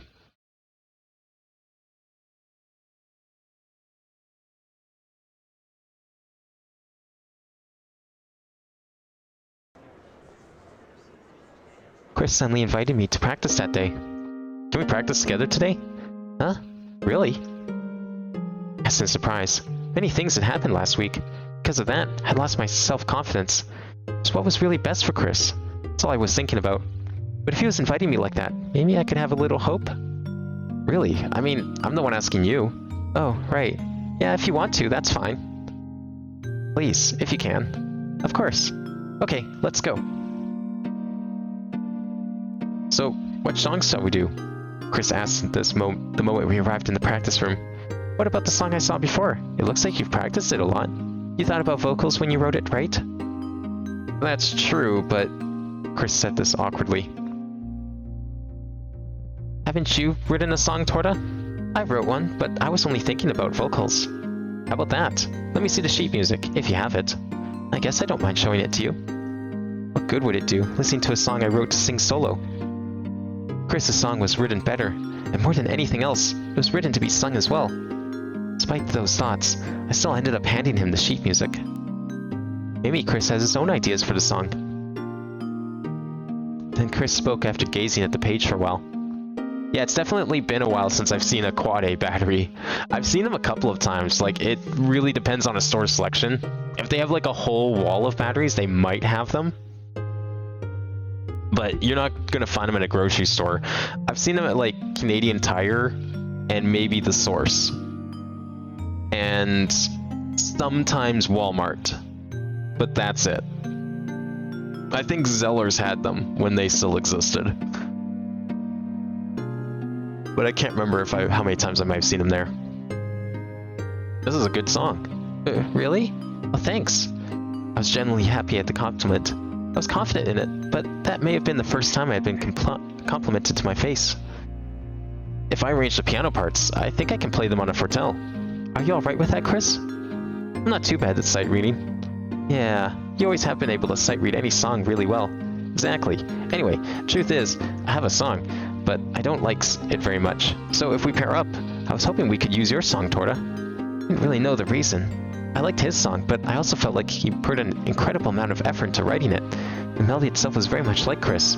It really suited the sound of his fortel. Also, I haven't decided whether I'll definitely partner with you, so I was thinking it would be best if you could practice your song.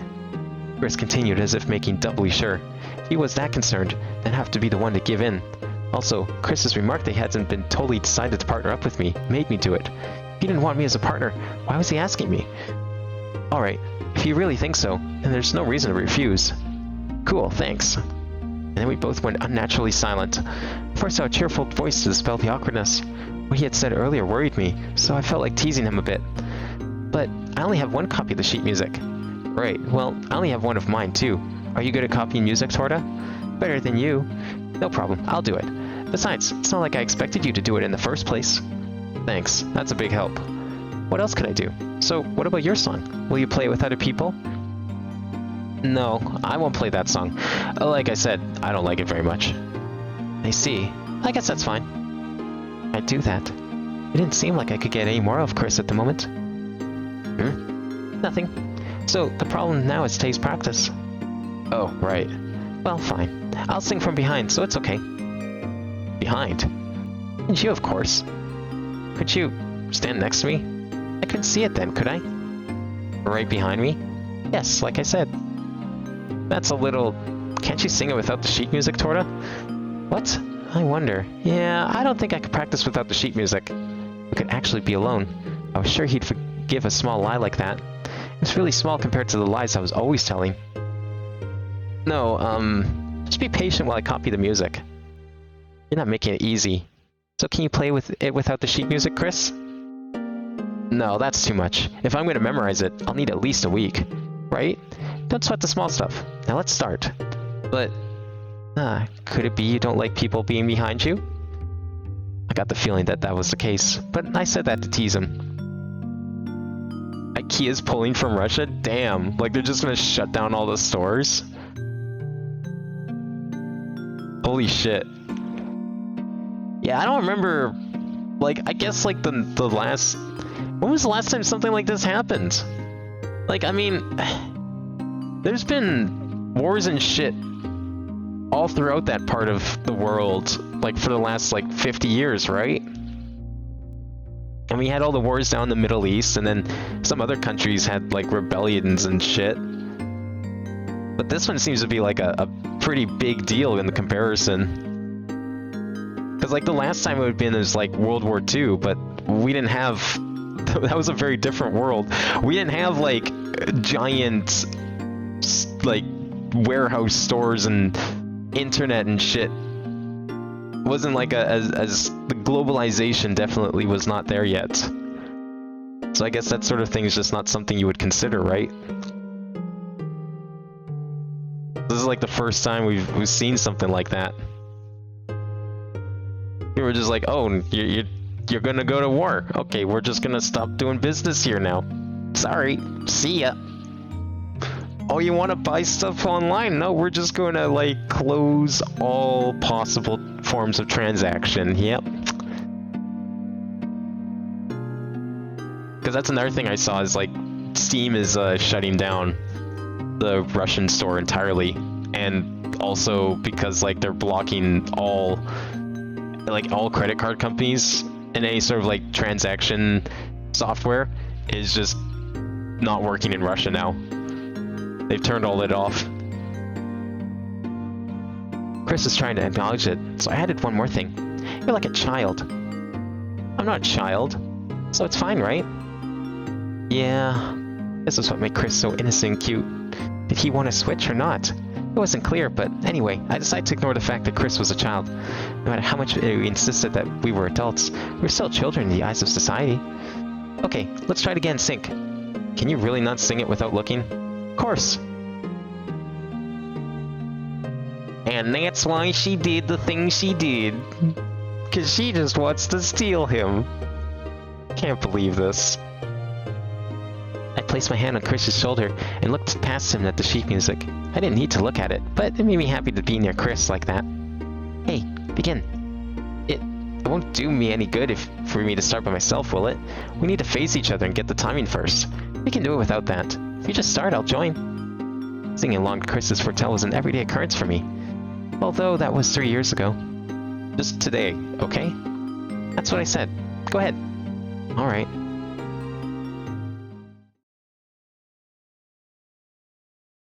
Oh, the entire global bank network is just fucked. Damn. Yeah, like we didn't have that in the 40s. There's like, nope, you don't get no money anymore. We don't want your money.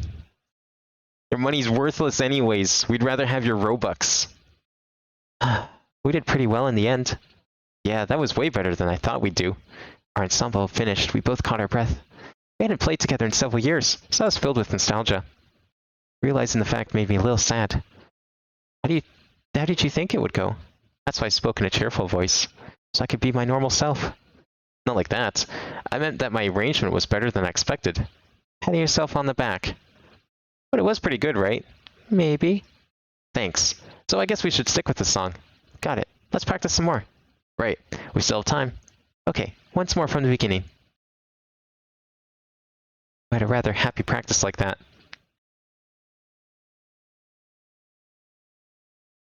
Currencies are literally halved already in value? Damn. Yeah, I saw everyone like memeing about how Robux are now more valuable than the ruble. It was like an extra 25 cents or something more. You might as well just go and make everyone in Russia should just go and invest in Robux now. Clearly that's the answer.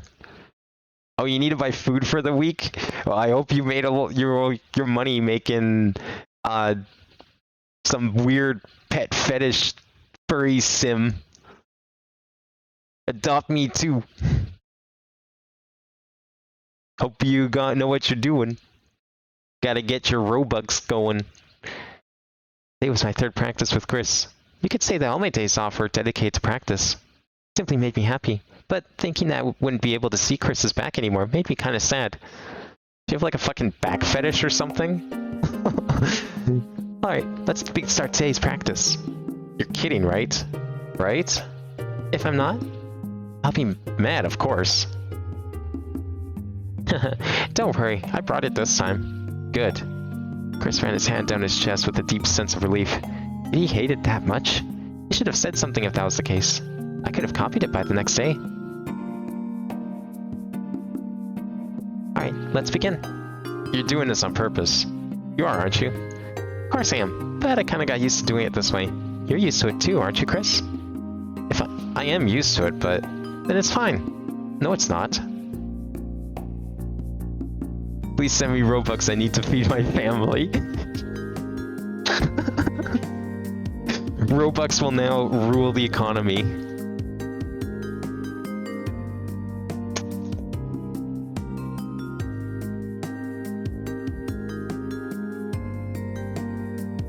Russia is no more.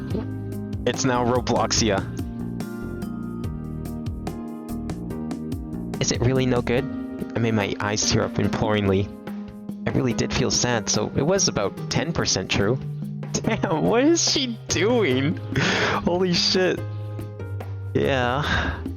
Is it definitely no good? Said this in a whisper, just like Ari would. No, not definitely. So, can we? No, not that. So we can't? I mean, it's not bad, but... Alright, you win. Just don't make that face. Chris finally gave in. Yeah, as long as I can stand behind you. Huh? How did you turn things around so quickly to suit you? Because you said it was okay, Chris. I mean, I did say that. Boys are so weak about that kind of thing. Whenever Ari made that face, you always just nodded to her and Chris. Wait, I'm sure Ari doesn't think like that. Maybe. You never know. No, I trust Ari. Don't trust so much that you get hurt later. So, shall we start? Holy shit, that was a fucking foreshadow of the biggest kind. That one line. Yeah. Those free Robux scams have new meaning. Now, instead of getting like emails from like Nigerian princes about how you need to send them $5 million, you're gonna get scam emails from Russia about how you need to send them all your Robux. Then I looked at Chris's back and sang again. When had it started? Me passing the time looking at only his back. I knew that since Ari hadn't attended the music school seriously, she had always watched Chris like that. But I was really the one who was really watching Chris's back. On holidays, I would watch them leave together from the window, feeling truly jealous. Ari would always come from behind, and Chris would turn around in the end. Chris was next to me, but he always faced away, continuing to show me his back. Just always looked at that back. Even that was nostalgic now. I mean, when Chris turned around, I was the only one there.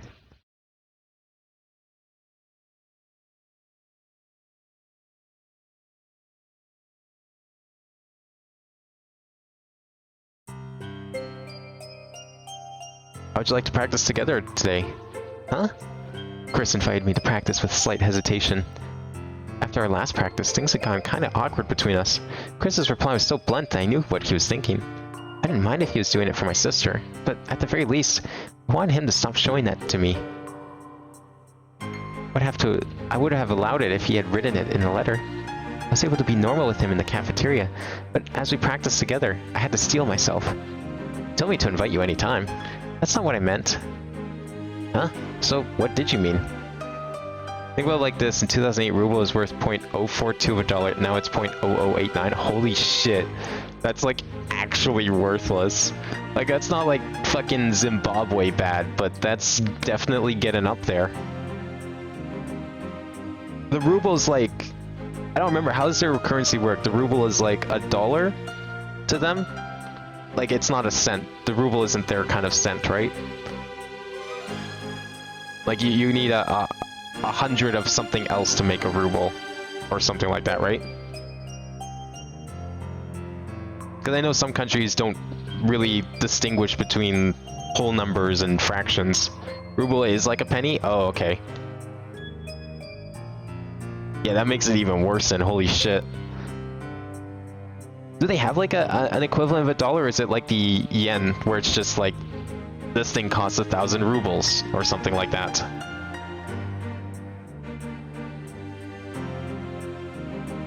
I never actually looked into Russian money before. No, I'm not, like, trying to force you.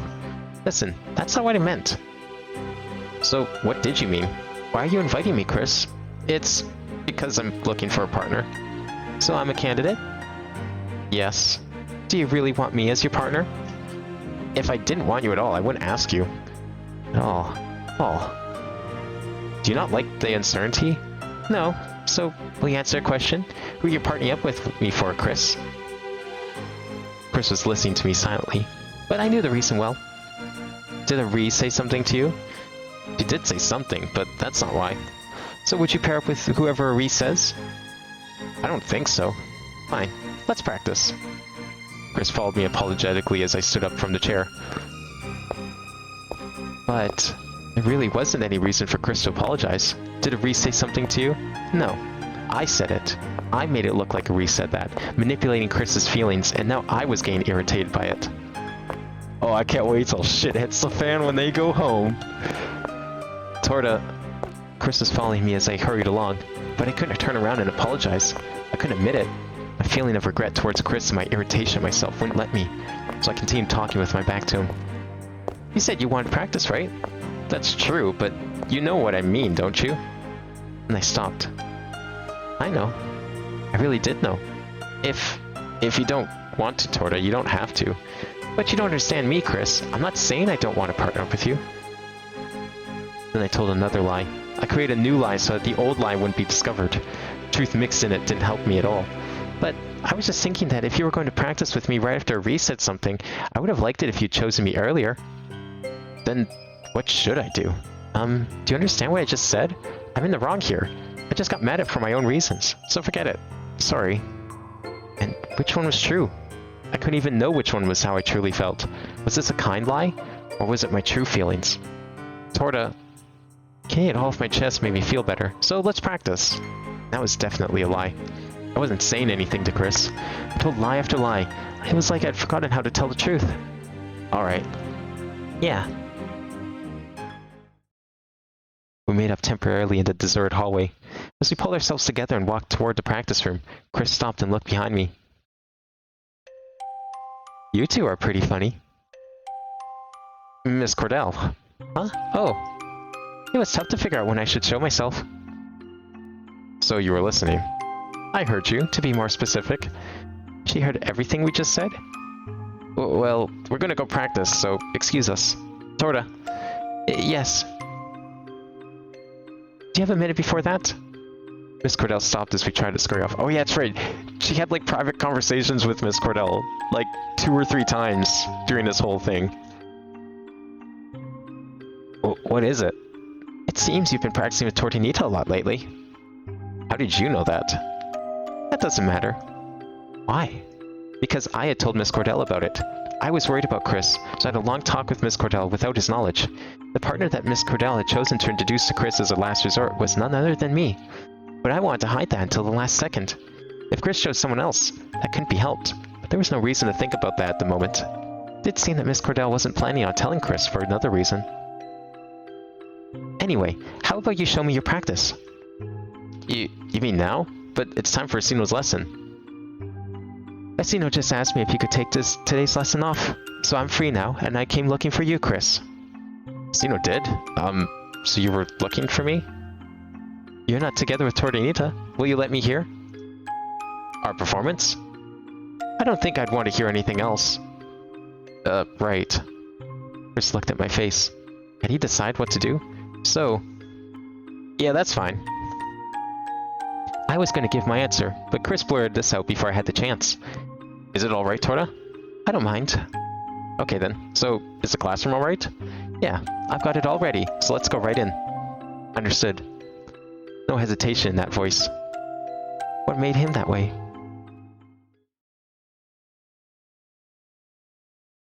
Now then, please begin. I got everything ready and faced Chris. I nodded silently, giving the sign that I was ready whenever he was. Okay, here we go. Yeah.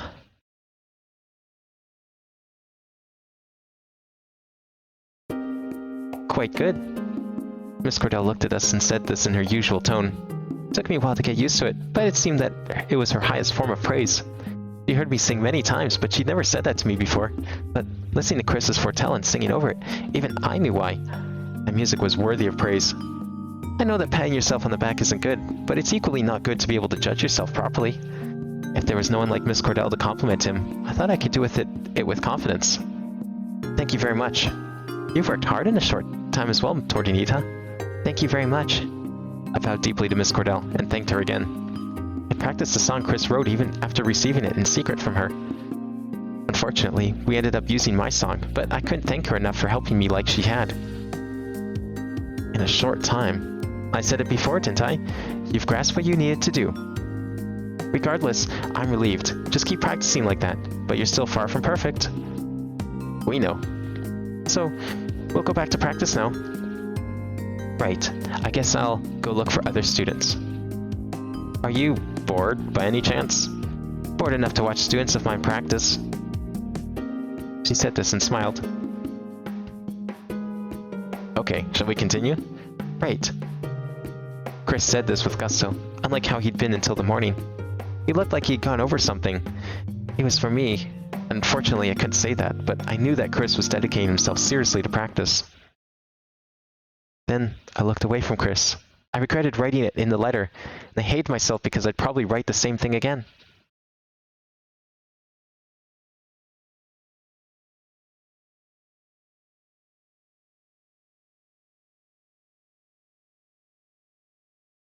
We practiced in Chris's apartment today.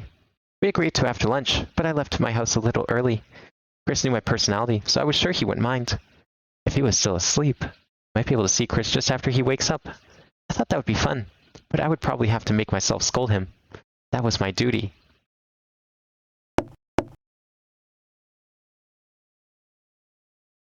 Chris, are you here? It was noon on Sunday. Was he still sleeping? Even though we had the chance to practice together for half a day or more. With those thoughts in mind, I knocked again, but I couldn't hear anyone moving inside. I tried to knock and it was unexpectedly locked and opened right away. Excuse me? Is it actually raining today? Maybe? I mean, I think she was wet when she came in that day, so that would make sense if it was actually raining. As soon as I entered the room, I heard water running from the shower. Oh no, he was taking a shower, right? Okay. But that has to happen at least one point, because they like come home together and she dries off. Maybe we'll get to see that. He must have still been in there. I thought he should have woken up earlier. When I checked the clock, I saw it was exactly noon. We'd agreed on the afternoon. It was just semantics, but even a minute after 12 would be fine. That being said, I couldn't go into the shower and force him out, so I had to kill time somehow. I felt embarrassed imagining seeing Chris half naked, so I walked into the room and gazed out the window. As I was doing that, I heard the door of the shower open and sensed him wrapping a towel around himself. You mean the towel that Forney was supposed to bring him? Oh no, wait, didn't Forney say that she brought him a towel? Wait a second. Okay, that definitely puts a wrench in the whole thing. So he just like straight up forgot that he had a towel in there, because when he got out of the shower, from his point of view, he was like, oh shit, I forgot a towel. But then he opens the door and sees a towel on the floor. And then Forney tells him that it was Torta that brought the towel. But he clearly was already in the shower. Torta was not here. Or Torta was here from his point of view, but clearly wasn't at this point. And or was that when quote-unquote Arietta came? I can't remember. I thought that was today. I'd still say this probably puts like a wrench in the whole Forney thing. I made sure enough time had passed, then turned around and spoke. Oh, morning. How didn't you leave the door unlocked for me? Oh, did you forget to lock it? That's dangerous. Well, it's lucky I forgot to lock it. I'm glad you didn't have to wait in the cold. Really lucky. But aren't you early? It's afternoon, isn't it? I'll ask this just in case. What time did you get here? 12:01. Wouldn't you just say exactly 12? No, I wouldn't. Yes, you would. I wouldn't say it. Right. Okay, let's practice. I just woke up. Oh, look, took a shower, so I'm sure you're awake now. Alright, fine. Did you eat lunch? Not really. You don't eat breakfast, do you, Chris? Not usually. What do you want to do, Torta? I'd be fine until the evening if I had to be. Then, should I make something? Huh? Really? It'd be easier for me than just practicing right away. Though, I can only make simple stuff, okay? Yay! Okay, sit down and wait for a bit. Yes, sir. I sat in a chair and passed the time elegantly. Was this the first time that Chris had made something for me? I'd come here as Arietta and Natalie, but I wasn't me then. It may have been the first time that it was for me. It made me strangely happy, and I spent the time watching Chris from behind. Yeah, she definitely has a back fetish. I knew that he would definitely turn to face me at some point. It was an incredibly happy time. After a while, I heard a voice from the kitchen. It's ready. Can you help me carry it to the table, Torta? Huh? Yeah, I'm coming. Hurried to the kitchen and brought cups and plates for the two to the table. Oh, that looks good. And there's chocolate spread. Chocolate spread for the rusk was in a pretty bottle. Maybe we didn't see this day? I don't remember now. A fair amount had been used, so he must not have gotten it for me. You always said you liked it, Torta, so I brought some and I like it too. I see, that's good. But I was a little glad. Go ahead. Don't mind if I do. It wasn't a bad breakfast. The espresso with lots of milk was tasty. It went well with the chocolate-covered rusk. It was a rather happy time before practice.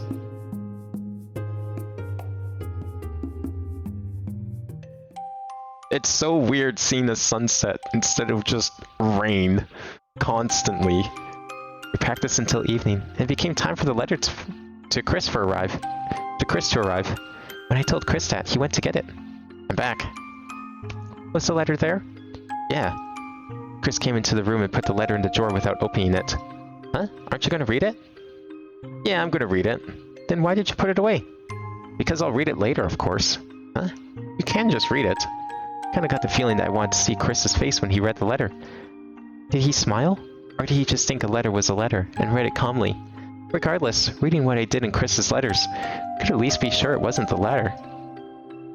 What? I don't usually read letters in front of people. It's okay, I won't look. I would only look at Chris's face. Then why are you trying to make me read it? I was just thinking you should read it quickly. There's plenty of time before tomorrow morning. That being said, I feel like there's something else to this. That's pretty astute for Chris. But if I was interested as Torta, there was nothing to hide. If he suspected me that much, he'd never read it in front of me. No, I was just thinking what kind of face you make when you read her letters, Chris.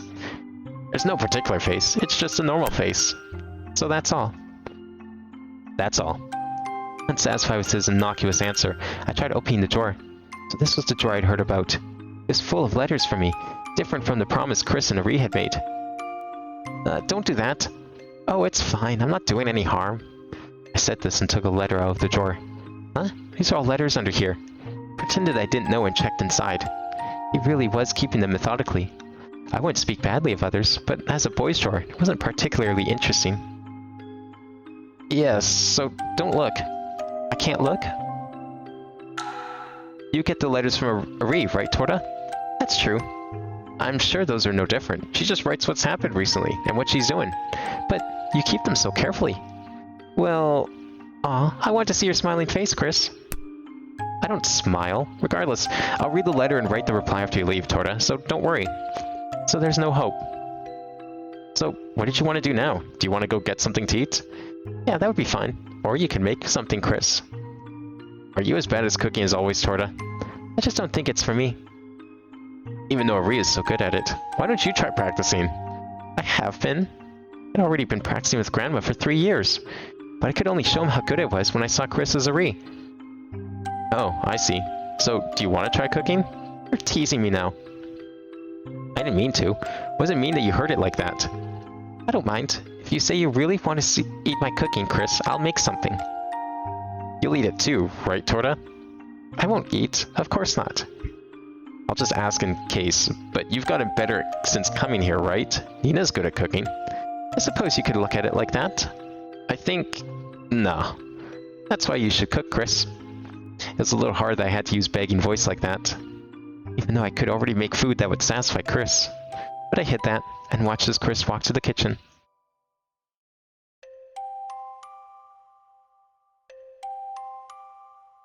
Chris made pepperoni pasta for me. I remembered the taste. It was indeed tasty. Isn't that too much garlic? Couldn't say it before, but I could say it now. I guess. It might be more than what you usually get at a restaurant, but isn't this better? Hell fucking yeah it is. There's never too much garlic. It is good. Oh, well, that's good then. Even though you're eating it with a girl. I don't think I have to worry about that with you, Torta. That may be true, but I kind of feel like you're looking down on me. That's not my intention. Of course, we weren't close enough to kiss, so there wasn't nothing to worry about. Huh? That reminded me. It was the same when I was a Ree. I asked nonchalantly. Most things got by if I said it was written in a letter from a Ree. A Ree and I were that close, and Chris knew that well. Well, you did make the same thing when a Ree came. What'd she say in her letter? Luckily, Chris accepted the lie without me having to explain it. What? Oh, what was it? It was about last year. I forgot. That means it was nothing special, right? I said I forgot. If that's the case, then fine. Oh, right. She said you didn't even kiss her. Of course, that was a lie. How much did she write? I know you're her little sister, but I would have said it if you hadn't asked, Chris. You deserved it. I'm sure your letters have things you can't tell me about, Chris. No, they don't. Really? Then show me. Listen. I'm kidding. I have an idea what a Ree would write. No, you may be twins, but you're very different. Even in one letter, the quality's different, right? So, I take it you're making a fool of me now? Chris really was an idiot. But that was also one of his good points. I'm sure he never imagined that the same person was writing. It was better than being caught. So this may have been perfect. No, I mean that you have your good points too, Torta. That sounds like a lie. Listen, it doesn't matter, so let's hurry and eat. Talk about that later. Now seeing everything from this point of view, that whole scene, holy shit, whole different meaning. I'll go home soon. Yeah, it's late, so I'll walk you. It's fine. Why don't you save that kind of thing for a Ree? Shut up. I'm walking you. Okay.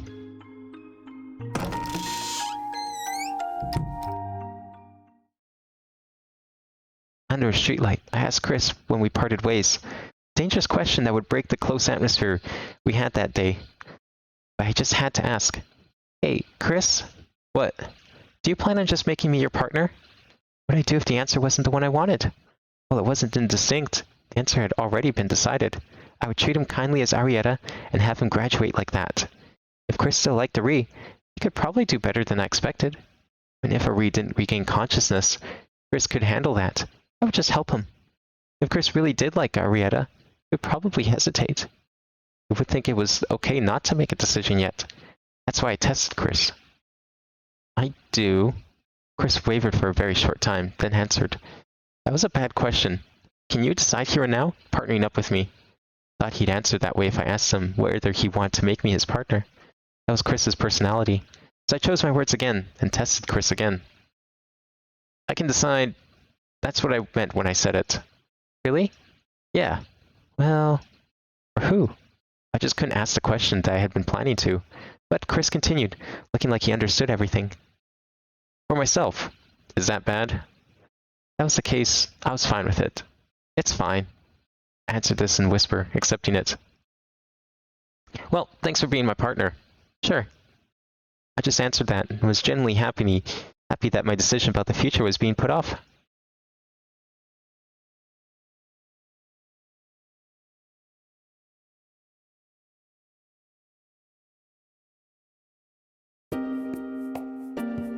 So, let's practice hard again today. We formally became partners yesterday.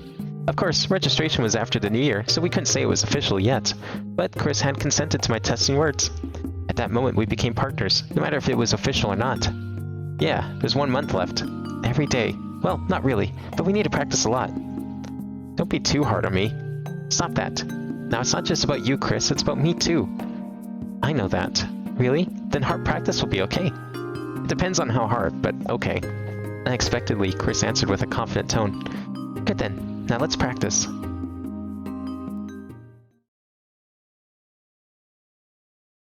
practice that day was surprisingly substantial. More than anything else, I didn't sense any hesitation in Chris's music. Thanks to practicing 4 times a week, we were perfectly synced. We were spending more time together than with anyone else. I'm tired. Me too. Chris always got tired. Even I was exhausted. This kind of reminds me of when we were kids. What? That's sudden. It's been a long time since I was this tired, leaving out last time at the house. I was tired then too, though. But no one was listening to us today. Saying this, I then leaned on the wall and gazed around the narrow practice room. What are you looking at? Oh, I wasn't looking at anything. It's like this air, this atmosphere. It's kind of nostalgic. Felt just like we were kids again. The air. So much had been happening that I hadn't had the time to think about it until recently. I suppose. I don't think I've practiced enough to get tired since coming to this school.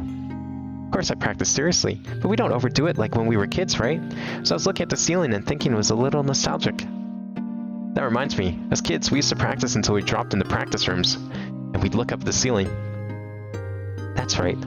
Before we came to the school, we used to look up at the ceiling and talk about how tired we were. 3 of us were always together, and there was nothing we didn't know about each other. Ari and I were special even then.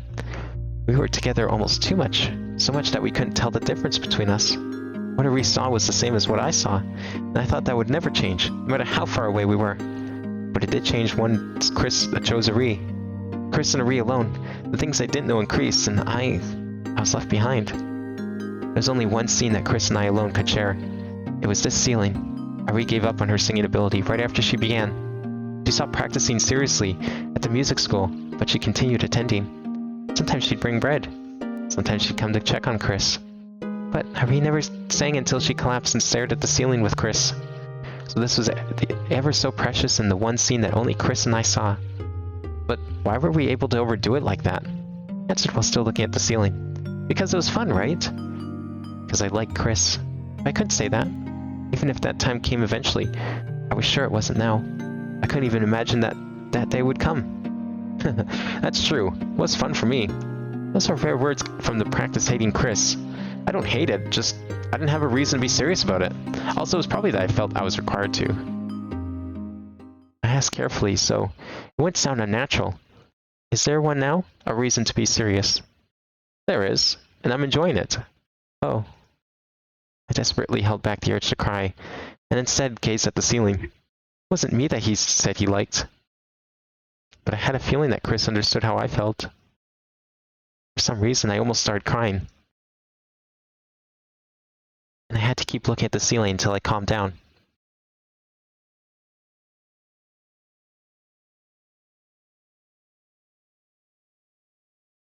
Was this when he starts coming over? I'm home. Oh, hello, Mrs. Maye.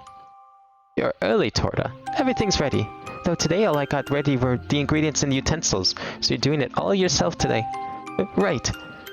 I didn't have one of my daily practices with Chris today, so I went straight home. I remembered that we had talked about last week about me doing everything from making the dough to baking it. Thinking about it got me naturally motivated. Welcome home. I'm back. I'll go change quick. Alright, do your best. Yes, ma'am. Making bread was more physically taxing than I expected. I had to use my whole body to knead the dough. Even though Mrs. Maye didn't make bread every day, she did make it at home regularly, so that's why she was in such a good shape.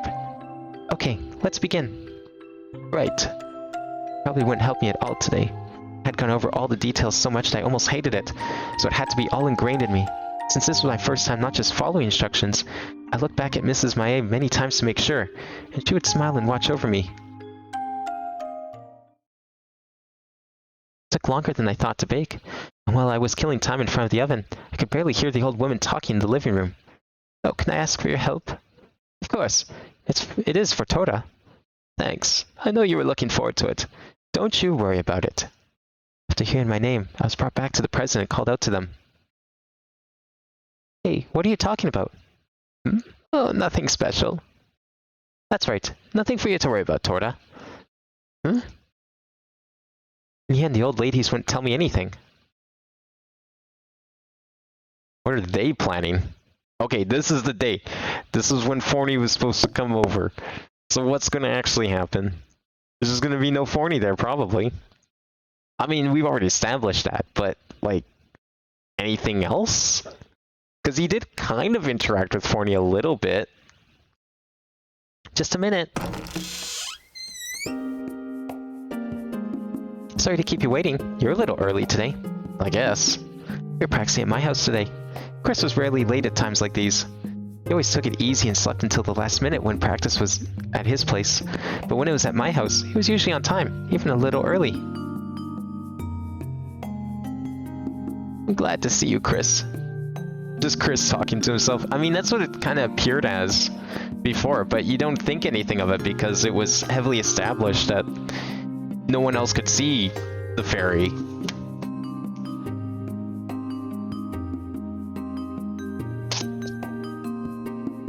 I don't know, man. Like, there's got to be something with that. Is it just a hallucination? That's a weird-ass hallucination. Hello. Thank you for having me again today. Long time no see. Grandma said this while looking slightly to the side. Couldn't she even see the direction Chris was in today? She seemed fine until the morning. Can she see the fairy? Maybe Forney is real. Huh? Oh, it has been 2 weeks, but every week. It's fine. So, will you let me hear you practice again today? Oh, yes. Our performance is still poor, and we only practiced the one song, so I'm sure it won't be very interesting. Hey, Chris, I'm singing with you, so stop talking so humbly. And why do you always speak so formally when you first get here? Well, let's get to it. We have to practice a lot today to make up for tomorrow. Commendable idea. That means I have to get fired up too. Then we start our second practice in front of my grandma.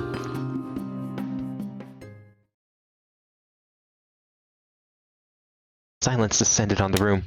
What broke it was Grandma's applause. We've gotten even better. So much better than before. Thanks. It was just one song, but I felt more tired than usual. It wasn't quite nervousness, but we definitely felt a satisfaction from accomplishing something. It was true that my grandma wasn't an expert on music, but she went out to concerts every week. Because of that knowledge and the experience of hearing so much music, she had a slightly more tuned ear than the normal person, so it made me truly happy to receive applause from my grandmother. I wonder if I felt the same way when Miss Cordell praised us. Thank you very much, but we can't be satisfied yet. That's only natural, but wasn't that the best performance you could give under the current circumstances? Maybe, but you shouldn't praise Chris too much. He slacks off from practice as soon as he does well. Anyway, the last time was the same, but you mind if we practice normally? Of course not. I'll be doing the cooking again today, so I'll excuse myself now. Isn't it so early? I just got here. Making something a little different today. It'll take a lot of time and effort. And it's kitchen, right? We'll practice here, so I'm sure you'll hear. Yeah, I heard you well last time, so I'm not worried about that. Grandma went to the kitchen with her normal confident stride. She said her legs hurt on rainy days, but it almost never rained, so it was nothing to worry about. I thought so last time too, but I'm glad Nina seems healthy. Her legs seem to have gotten good days and bad days. It's mostly good when you visit, Chris, so it would be nice if you came by a little more often. As much as I can. Thanks. Okay, let's continue our practice. Yeah.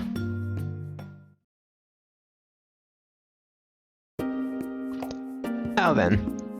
We finished cleaning up after dinner, and the three of us talked with drinks in our hands. And Grandma suddenly said something, so we're just skipping over any, like, Forney interaction, because we're skipping the part where she burns the fish, and we all go out, and then Forney somehow ends up in the kitchen, because she got bored.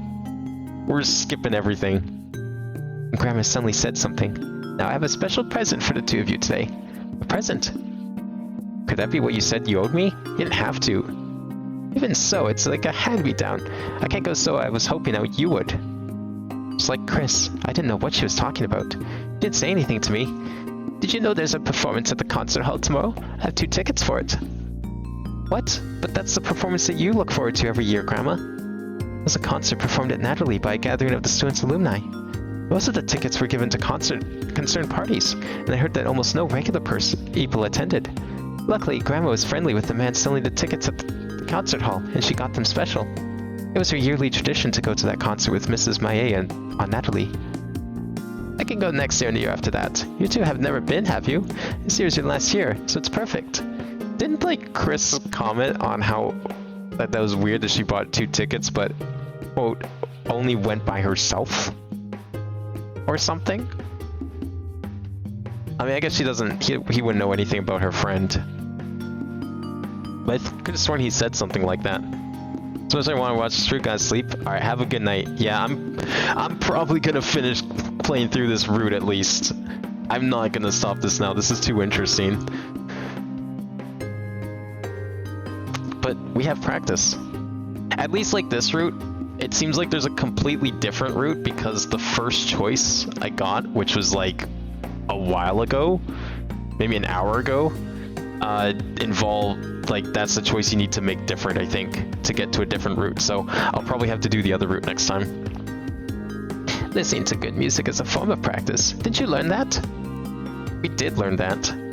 It's a group made up of the school's alumni, so listening to them before your graduation recital can never be a bad thing.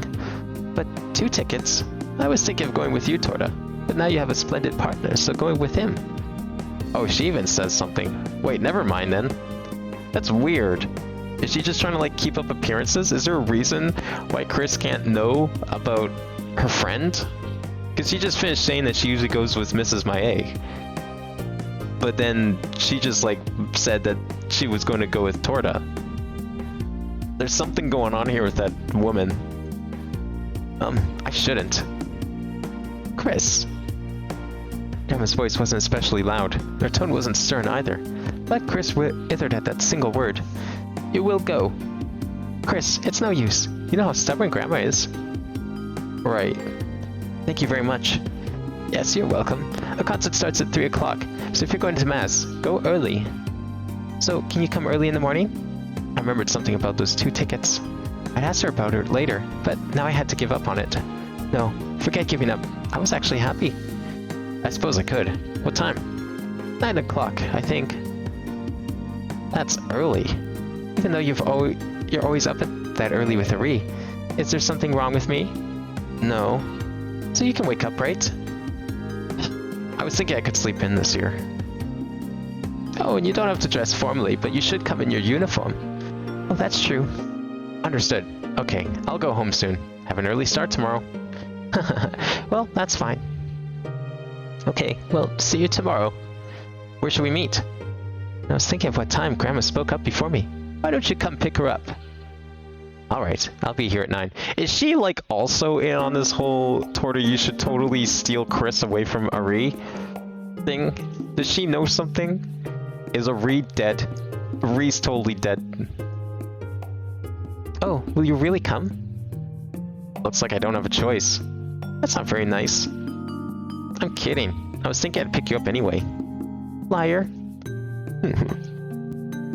It doesn't matter. So, here tomorrow at 9 o'clock?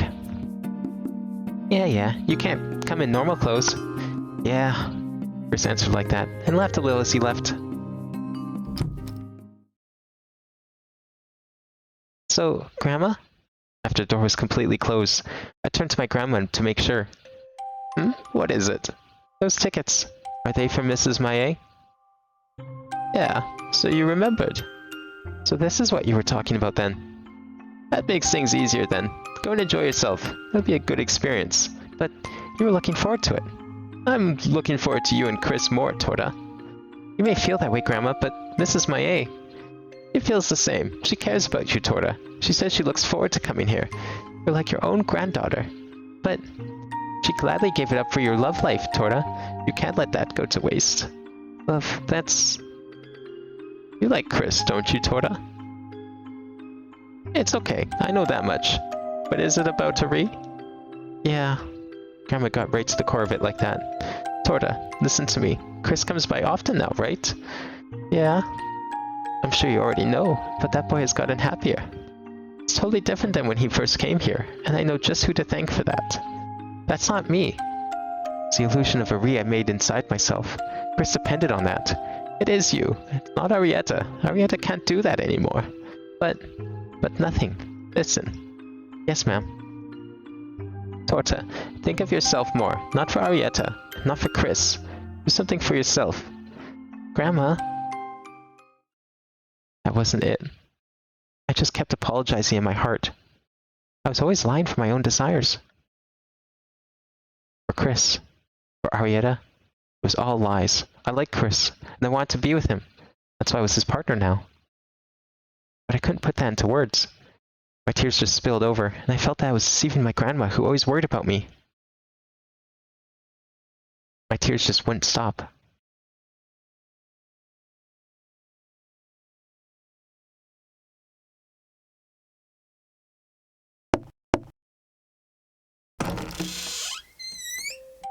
Morning.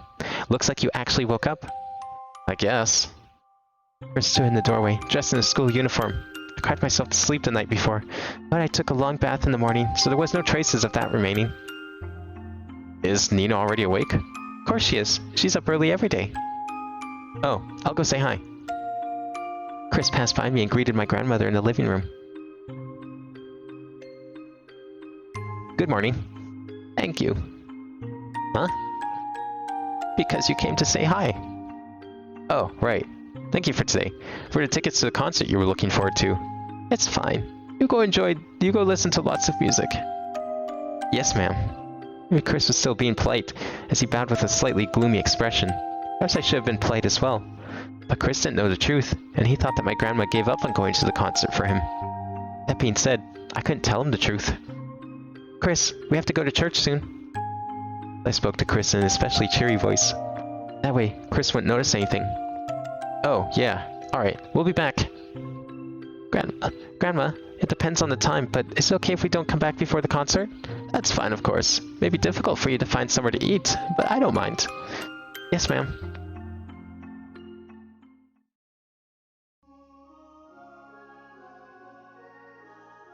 I walked slightly in front of Chris and hummed the hymns that I could hear from far away. When I was a first and second year student, they had us sing these hymns in the class during the season. I had to meet Chris as Aria and Natalie, so I didn't participate in the volunteer choir. What? Singing all of a sudden? Chris caught up to me at some point and asked me this with a curious look in his face. He seemed surprised I started singing suddenly. Come on, can't you hear it? You can sing it? Chris didn't learn anything in class and asked me this honestly. We didn't learn we learned them. I suppose first health students don't do that. We do simple vocal songs, and there were lots of students from the communal school singing at today's mass. Really? You know that they sing hymns in church all day, right? It would be impossible for one choir, so they split into about 3 groups so some can rest while the others sing. So a fair few people are needed, and our school recruits a certain number every year. There's no pay for that kind of thing, right? Of course not. I heard they get a free meal, though. You wouldn't do it, Torta. Do I look like I would? This is just my opinion, but I asked because you look like you would. Really? Well, I'm pretty busy this time of year. Well, that's your choice to make. I don't really care. Exactly.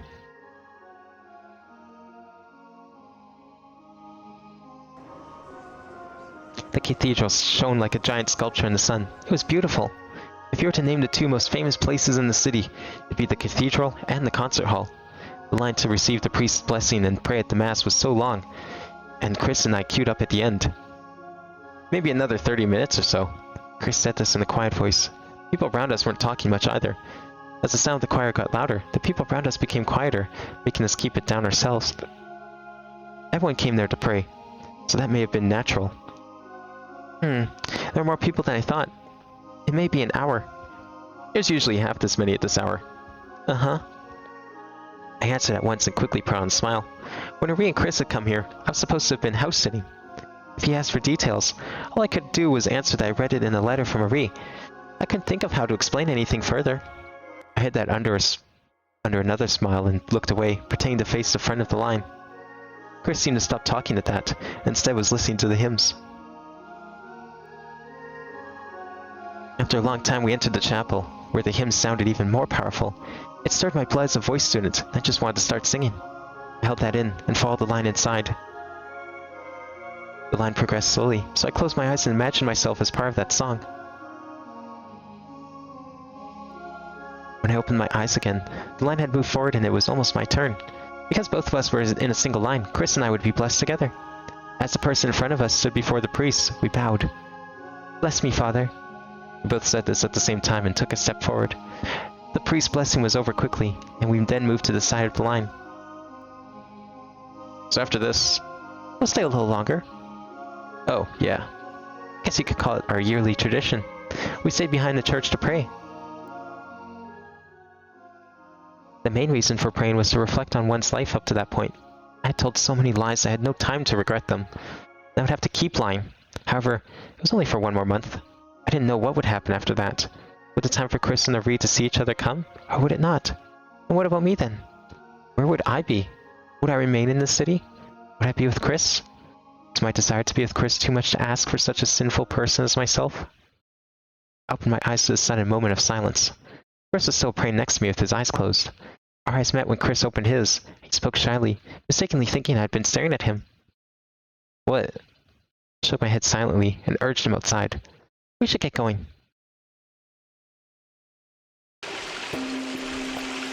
We were left with the fact that there would be nothing to do if we went back home, but it was too long a wait to not eat anything. We talked about eating out, but everyone had Natalie off, so nowhere was open. We walked for a while from the new district, but there weren't any places we could eat. We progressed into the old district, having given up and decided we had to search there. Then I saw that the calzone stand that I recognized was open. Only the price was written on the wooden sign next to the stand, and on the sign on top of the stand, Marcos Calzones was written in big letters. Must have been his name. What about that? Our chances of finding a place even in the old district were slim, so I felt this might be it. I walked forward without waiting for a reply, and Chris caught up to me, staring at the sign in annoyance. Okay, but it may be the first time I've had them. Oh, me too.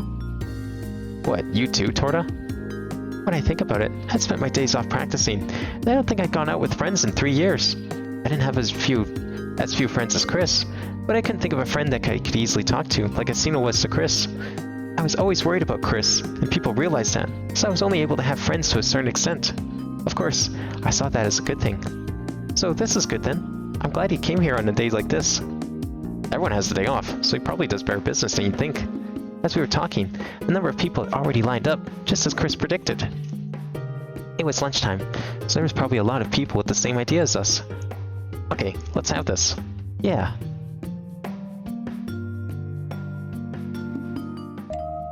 The old man running the calzone stand was very friendly, which caused Chris to wither a little bit.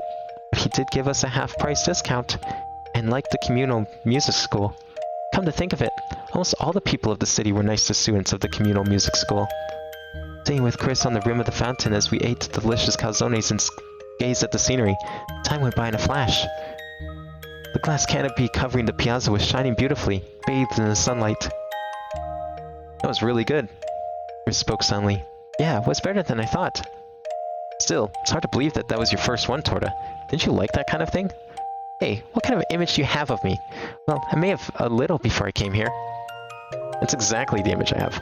Like on our way home from the music school, you'd always be eating something behind Ari and me after she came to get us. I really remember that stuff. I shared it with everyone after that.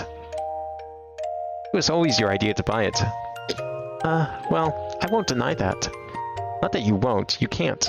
But from the way that old man talked, it looked like he's been working here for a long time. I've never seen him at night. Maybe he closes in the evening. Yeah, so that doesn't mean you overlooked it, right? Well, I knew about it, but... I've been busy since I came here. I didn't have the time. Oh. Can't remember the things about the past 3 years. I realized a lot of things had happened. A lot of it was hard, but I didn't regret it. If Chris was right in front of me, and would just smile a little, that would be fine. You worked really hard. Chris said that suddenly. He wasn't supposed to know anything, but his words made me feel like he cared about me. It wasn't like I was being complimented. But I felt like that single phrase was my reward for everything. Idiot. Desperately held back the tears that threatened to flow. I managed to hold them back, and it just took a little time for me to return to normal. But it seemed like Chris was worrying about something. No, by the time he anxiously said this, my tears had already dried and my voice was back to normal. Well, it's about time. Yeah, it's still a little early, but it's better than being late. Exactly. On my way to the concert hall, I decided to throw away the calzone wrapper I was holding in the garbage can next to the stand. Hey, you too! Oh, yes? When we came near the stand, the old man spoke to us just as cheerfully as before. How was my famous calzones? They were delicious. Yeah, really good. With no need for pretense, Chris and I both answered immediately. Now you see, that's a good. The old man said this very cheerfully, and pulled out an accordion from under the stand. What's that? It's an accordion, though. Don't you know that? Oh, I knew that. I'm kidding. There's still some time before the concert, so why don't we sing us something? This is the other thing my shop is famous for. Seemed he wanted to play for us, but... Oh no, we don't have that much time. Really? Surely there's still time. Well, I suppose there is. We did have a fair amount of time, but we definitely couldn't be late. Tickets we had received from my grandma and Miss Maie were precious. If I left to talking to Chris, I don't know how much time it would take. I felt bad for the friendly old man, but it would be best for all of us to firmly decline this time. Chris, sorry. We're not in much of a hurry, but how about next time? I like your calzones, so I'm sure we'll be back. I'm glad you like them. Well, in that case, we'll wait until next time.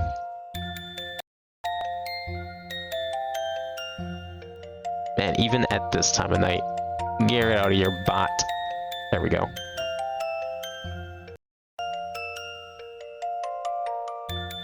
Maybe I won't finish this route tonight. I forgot actually how long Torta's true route is. Depends how much like time we end up skipping though. We've already skipped like a decent amount compared to Chris's point of view, so... Don't worry about it. The old man was a really good person and readily accepted what we said. All the same, we couldn't stay. Pretending to be in a hurry, we left the scene. I guess we had gotten several steps from there. Oh. I heard Chris's quiet voice from behind me. When I turned around, Chris had stopped and was looking up at the canopy for some reason. Chris, is something wrong? No, the rain. I had relaxed because we were under the canopy, but Chris suddenly said that. You're a dummy. Couldn't be that, you know. Luckily, the canopy had been built sturdily. Even when it actually rained, it would never leak. That explains why he felt the rain. Because it's fake. I pointed to the canopy, and the old man's shoulders shook with laughter. What about the rain? Oh, nothing. It must have been in my imagination. Did you feel the rain? That's right. I quietly watched this exchange with bated breath. If he started to say something strange, I'd have to stop him. The City of Rain, huh? The City of Rain. Oh, no, I was talking to myself.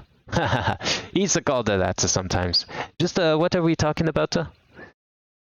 It's the City of Music now. Haha, that's right. Maybe the pride of living in the city made him that way. He laughed heartily as he played the accordion. The old man looked up at the canopy, a sign that this place was once called the City of Rain, and laughed again. Is that okay while you're working? I play every day. I said this shop was famous for it. Didn't look like there'd be any more talk of rain. I finally relaxed and we could leave the place. Okay, well, we really must be going. Oh, right. Alright then. Come again. I was scared for a second, but I managed to evade the worst. He thought this way when I was around. I was really worried about what happened when Chris was alone. It was good that he didn't normally go out much, but the fact that we made it 3 years without being caught might have been nothing more than luck.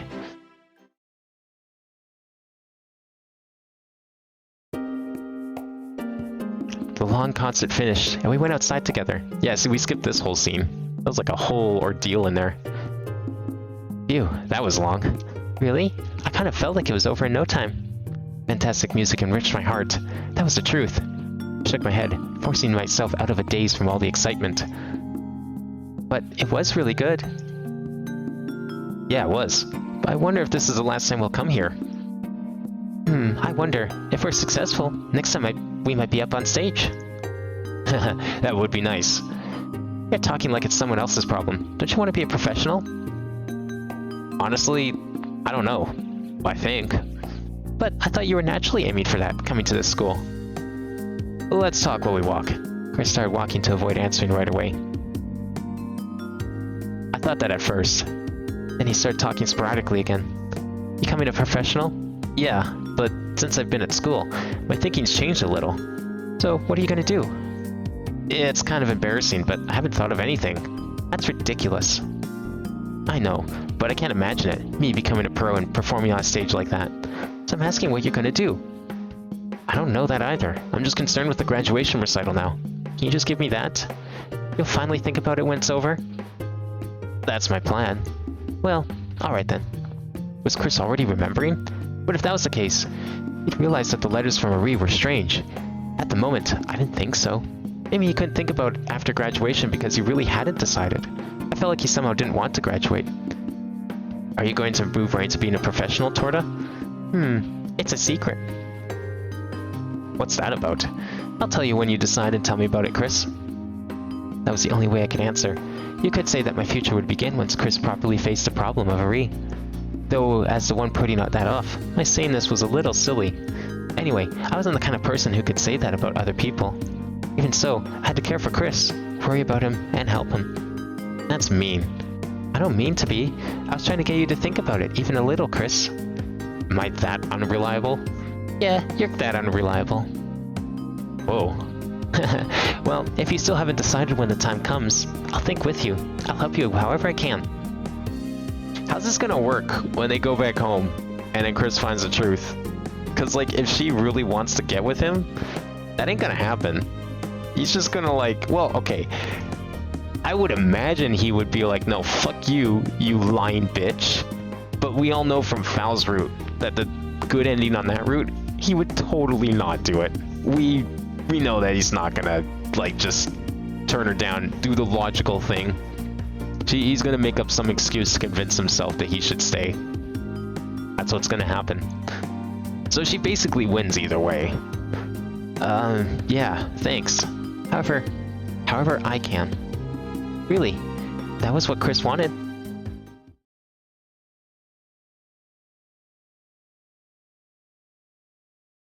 Okay, I don't remember what happens on New Year's Eve. A week after Natalie it passed by in an instant. During that short time, I lost hope, was saddened, and made decisions, each and every day. I perfected my plan the day before yesterday. Oh wait, no, this is when Ari comes over. Or it's like today or tomorrow, something like that. I just needed to know what Chris was going to do tomorrow. Regardless, I didn't think he would go out for any reason, so I wasn't very apprehensive about it. You were eating before leaving. You leave today, right? Toda said that tomorrow was the day off. Grandma suddenly asked Chris this. Huh? Yeah, right. Day before yesterday and before that, Chris had refused to eat dinner with us as well. With Grandma always asking with a smile, it must have been hard to keep refusing, and it seemed that Chris finally broke. Then I'd be delighted. I told my grandma, but I realized I hadn't talked to Chris yet.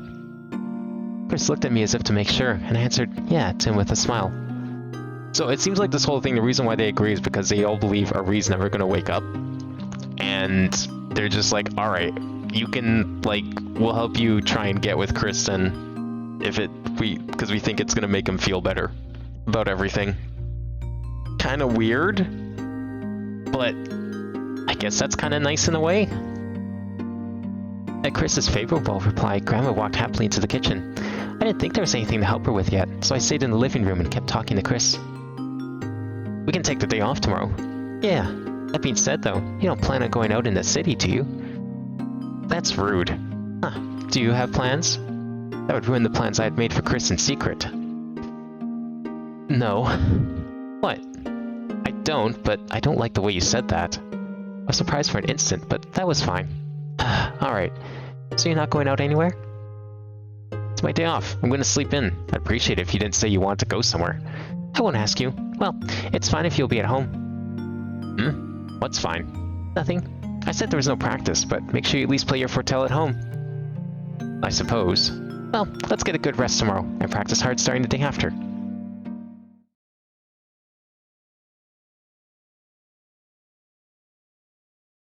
Chris went home, and I went back to my room. I urged him to stay home, but if he didn't plan to go out or meet anyone, I probably didn't have anything to worry about. In any event, Chris would still be sleeping when I went there, and just seeing him would be the highest priority. The bread I had baked on Thursday was made with a yeast called panettone. It would last quite a while. Therefore, it was necessary to put plenty of moisture into the dough. It simply took a few days. For 2 weeks, it stayed just as soft as if it were fresh baked, so he'd probably believe me if I told him I made it the day before. I would bring that to Chris tomorrow. Just like as Ari. I had already given up on Chris. Chris got further away from me each time a letter from Ari arrived. We were getting close, but we had already come apart. It would be fine if Chris didn't write that he felt strongly for Ari in a letter. I thought that. I'd actually written that it would be best if he partnered up with me. I loved my sister too. In the end, I couldn't write anything suggesting that they break up. That's why I was going to see him tomorrow, so he would act like Ari more. So he would like Ari more and continue to hold on to those feelings. That would probably be my last memory.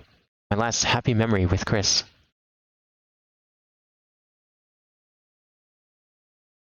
Cause then shit's gonna hit the fan.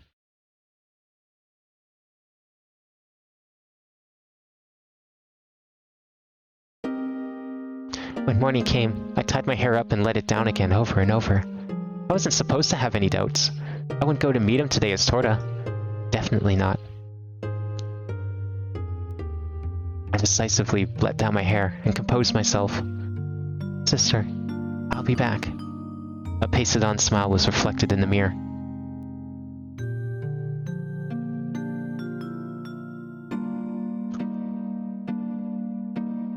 The time was still before 8 o'clock.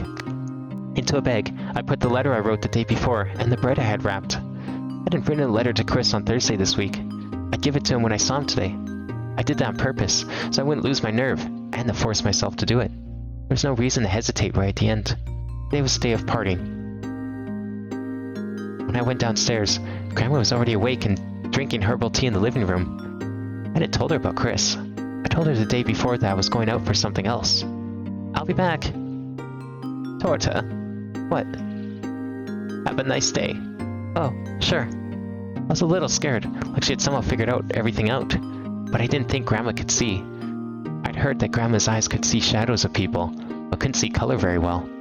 Not worrying about any more of it, I ran out the door.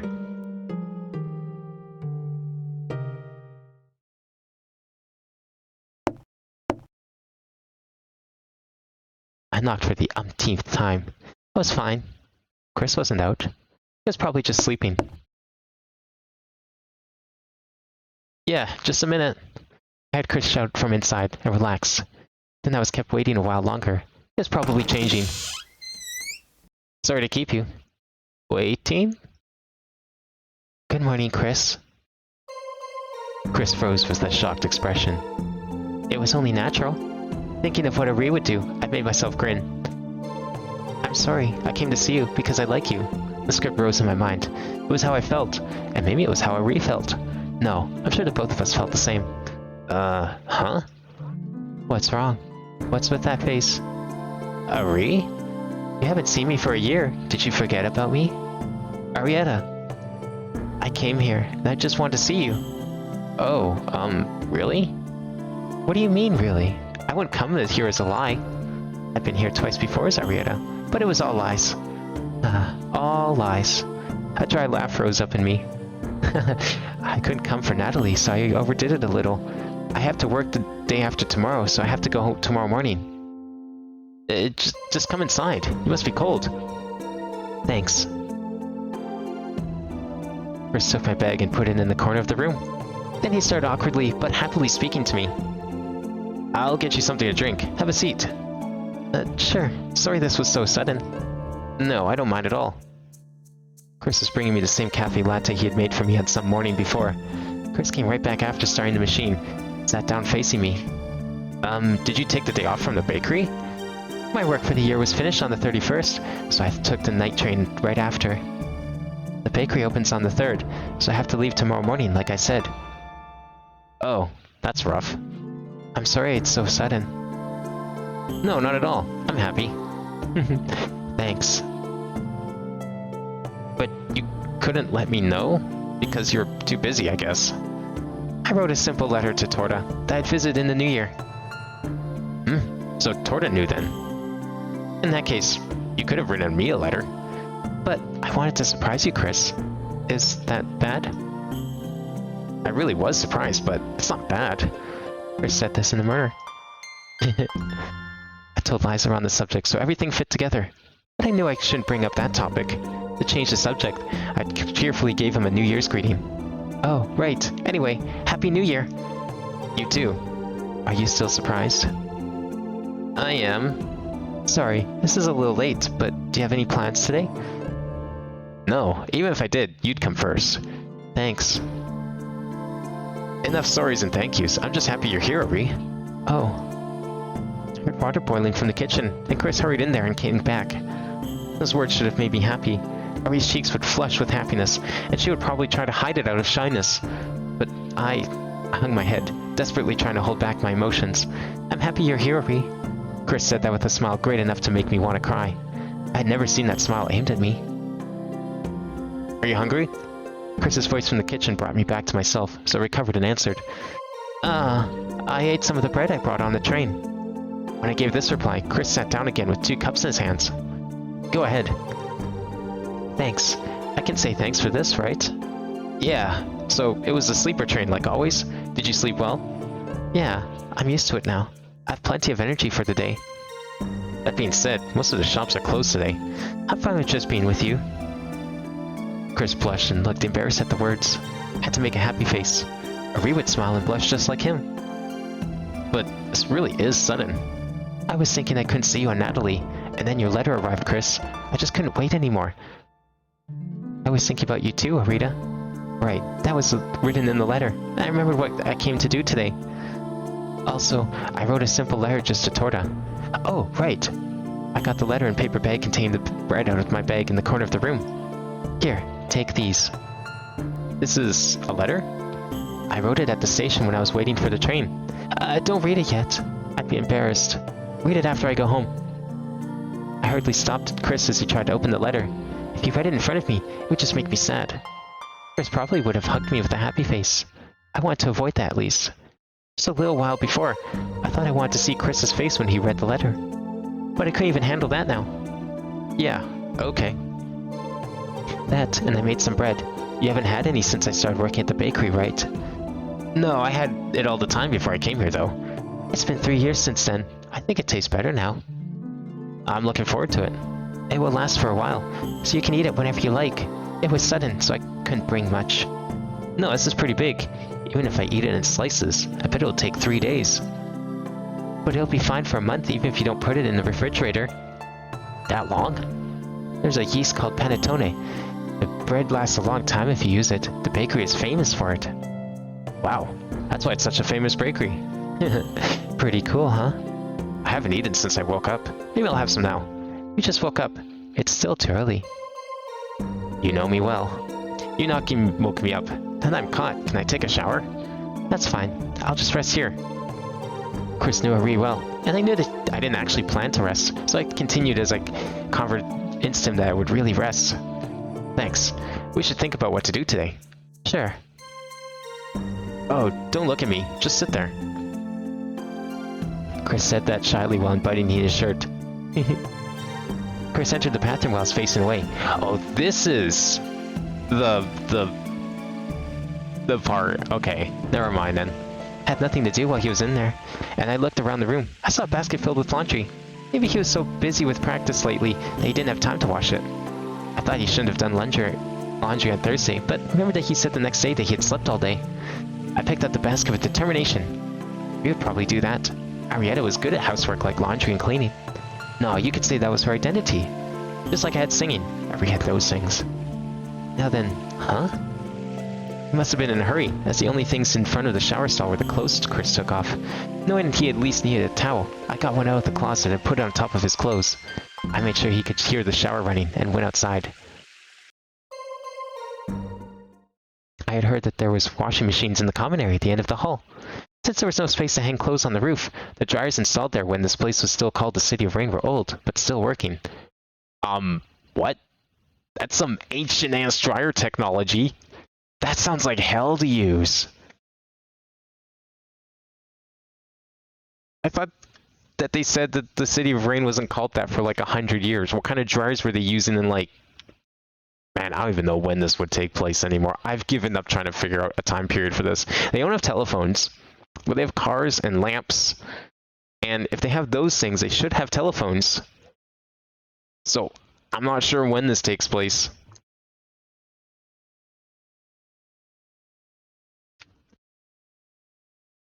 They don't seem to have like TV or anything.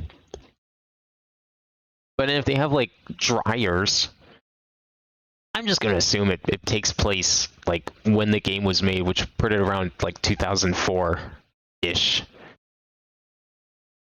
So like what kind of dryers were they using in 1904? maybe it was like 100 years was like an approximate.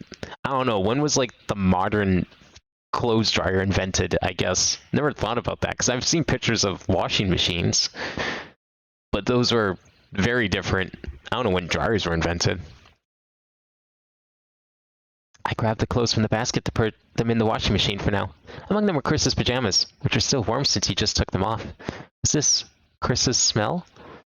When I touched him, I felt like Chris was next to me. I held him close and looked around.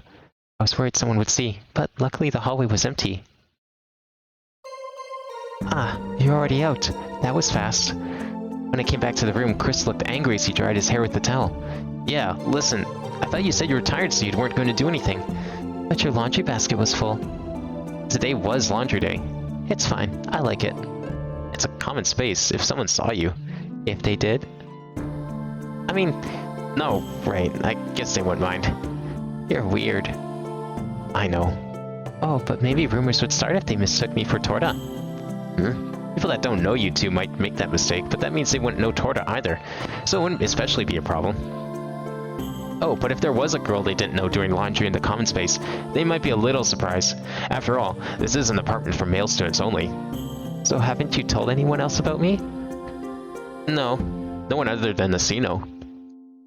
What about the other people living in this apartment building? It's not something to go around announcing. Also, you're not that friendly with them. I said that getting to the heart of the matter. I suppose. So your only friends are still Torta and Asino? That's right. I don't mind it like that. I suppose not. Anyway, are you really not tired? I'm fine. Do you want to go out for a bit? Yeah, let's go to the church or something. Yeah, for Mass. They're probably holding it today. We don't have to be so formal. I just want to stop by. Okay. So, why don't we eat that bread before we leave? The laundry should be finished then, so we can put it in the dryer and then go out. Okay, I'll eat a little then. I sat facing Chris and just watched him enjoy the bread. Aren't you cold? I'm a little cold, but I'm fine. The rain. Well, it's pretty weak today. Chris said this while looking up at the cloudless sky. It seemed the rain in his mind was weak. His face looked a little refreshed. But it really does always rain. Yeah. What's it like? What's it like? Huh. I feel like it was disorientating at first, but I got used to it at some point. When it's light rain like this, I forget about it sometimes. The rain's a metaphor for something. I don't know what yet, but clearly. Wow, that's kind of strange. I guess. Chris replied like that with a cheerful face. It reminded me how he had said the rain was light last year and the year before. Maybe the amount of rain changed with how Chris felt. He must have been feeling especially well today. Are you going to practice today? You mean practice for the graduation recital? Yeah. Torta's not here, and practicing alone wouldn't accomplish much. I don't really think I'm going to practice. Why? I was thinking I'd like to hear you play the Fortell, Chris. Also, I've heard that if you don't practice for one day, you lose 3 days worth of practice. I had to come to practice. That's why I said that. I'm sure Torta said that, but do you want to hear? Should I call Torta then? Can't you do it alone? Yeah, no, call Torta. Let's see what happens. That's not the case. Glad to hear it. Let's spend today just the two of us. Wait, does that imply that there's phones? Then why was no one using phones? Why are we always writing letters then? There can't be, you know what, there can't be phones. Because if there was phones, then this whole thing, this whole, like, setup would never work.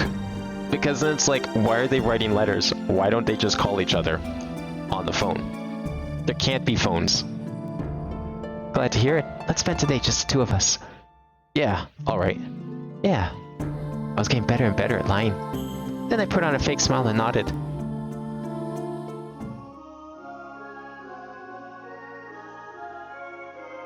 There's not many people at this time, just like I thought.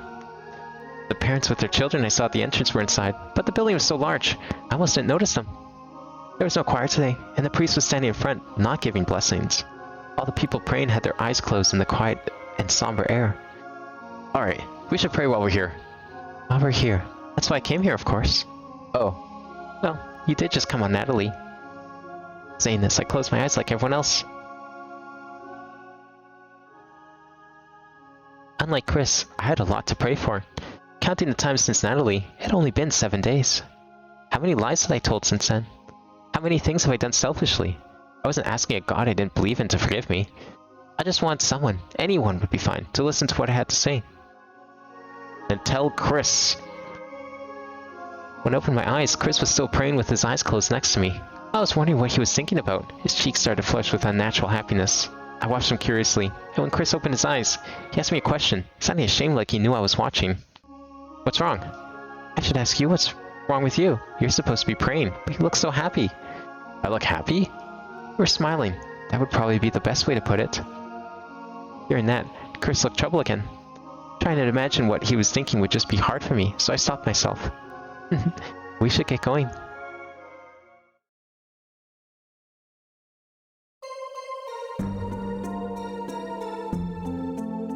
We bought calzones in the piazza from the same old man as saw Natalie, talked together, and went back to his apartment. It was still just a little after 12:30. I'm back. Chris said this in the empty room, like he always did. Continued after him. Excuse me. Oh, just a minute. Saying this, Chris went into the room to get a towel. Even though he said the rain wasn't strong, it seemed like his hair was good and wet. Here you are. I took the towel and imitated Chris by wiping my hair and body. Okay, so it's everything's just a farce. This is all staged. Gonna like go back home. Someone's gonna pop out of the bush and be like, "Smile, you're on candid camera," and have been for the last 3 years. How's it feel getting duped by your friend? So you want me to play the Foretell? Yeah, the song. I want to hear the one you're playing at the graduation recital. Huh? I can play whatever you want to, Ree. I want to hear the song you and Toda are going to perform at the graduation recital while I have a chance, Chris. How would Chris perform in front of a Ree? If he was better than normal, I thought it would make me sad. Even so, I wanted to hear. I had heard that the Foretell is a mirror that reflects the heart. I'd heard in class that emotion, the basis for magical power, became the sound of the Foretell. Okay, so she's also mentioning magic. I don't know. Maybe Forney's real, maybe not. There's a chance. It could just be a weird hallucination brought on by the Foretell, because the Foretell's also got Forney written on it. Maybe that's like the company that made the Foretell? Maybe the magic power is just like a metaphor? I'm starting to believe it is, but maybe not. I mean, Chris did elaborate that like magic was a thing and then science became a thing more so magic became not a thing. So maybe it's real? Maybe the next route will probably explain that then. We got the rain this time, so I imagine that's going to be elaborated next time. The professor was fond of chatting and explained that this wasn't written in the textbook, so I don't know if it was true. But when I heard Chris's Foretell, I thought it was. But it's a song meant for vocals. You can't play it? No, I can, but it might not be very good. Chris was silent for a bit, then he looked worried. Right. Huh?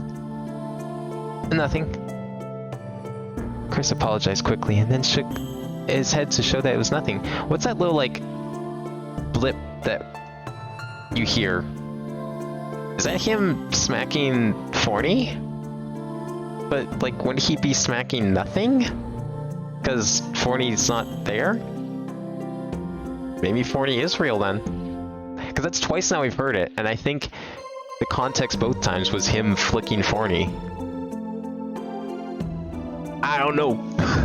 This is just raising more questions than answers, really. Although we've gotten a few of those too.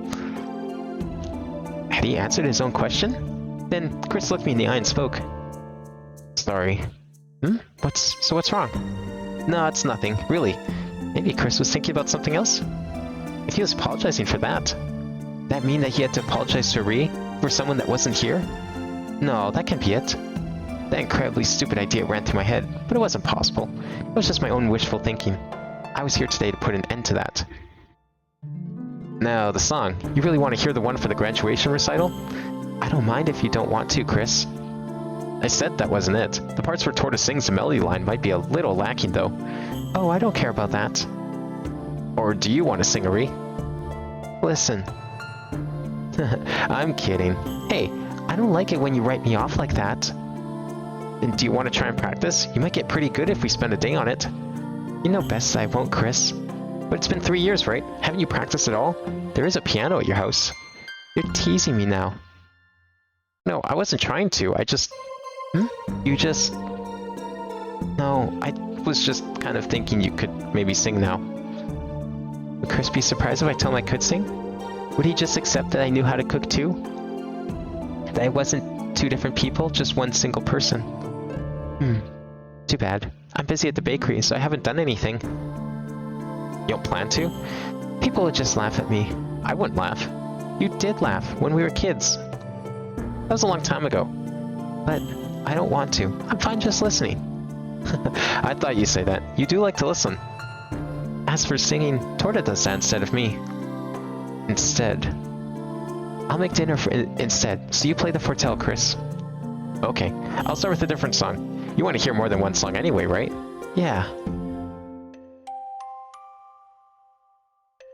The song brought back memories. It was a song that Ari knew. It was the first song we learned at the music school we attended. I was brought deeper into the nostalgia, but he was playing the song for Ari. It made me feel a little annoyed.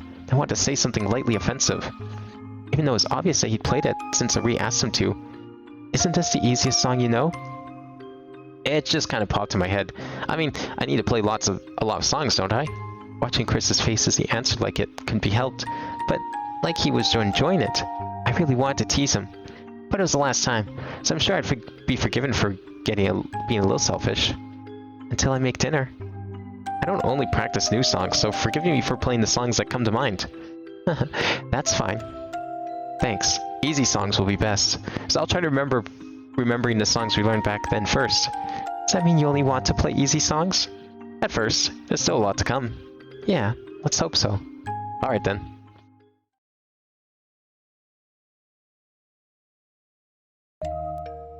Phew, that's about it. Chris said this while rolling his shoulders and looking at the clock. I felt like it was good that he played for Ri. It was such a nostalgic, enjoyable time. So much so that worrying seemed like a waste. Phew, good work. Yeah, I'm tired. Took a lot of breaks, but he did look pretty tired. But I still hadn't heard the song I'd asked for. But you're not done yet, are you? I guess I have to play it. You don't have to, of course, but I believe you'll play it for me, Chris. Yeah, I plan to. So this will be the last one. Yeah. Chris took the sheet music out of his bag and put it on the music stand. I felt like his eyes wavered as I watched him. Maybe he saw the words I had written and thought that it was rude to Ari. Chris suddenly started playing without looking me in the eye. He didn't have to sync his breathing with anyone, so that was fine. In fact, if Chris looked me in the eyes like he was syncing with me, I may have started singing. As I was wondering if that was for the best, I was overwhelmed by the singular sound of the Fortell. As I listened, my worries dissipated, and at the same time, I wanted to start singing again. The sound unleashed by Chris's Fortell worked its way into the gaps of my heart, increasing my sadness. Quite a bit of effort was required on my part to hold in the emotions, and made me want to cover my ears and scream.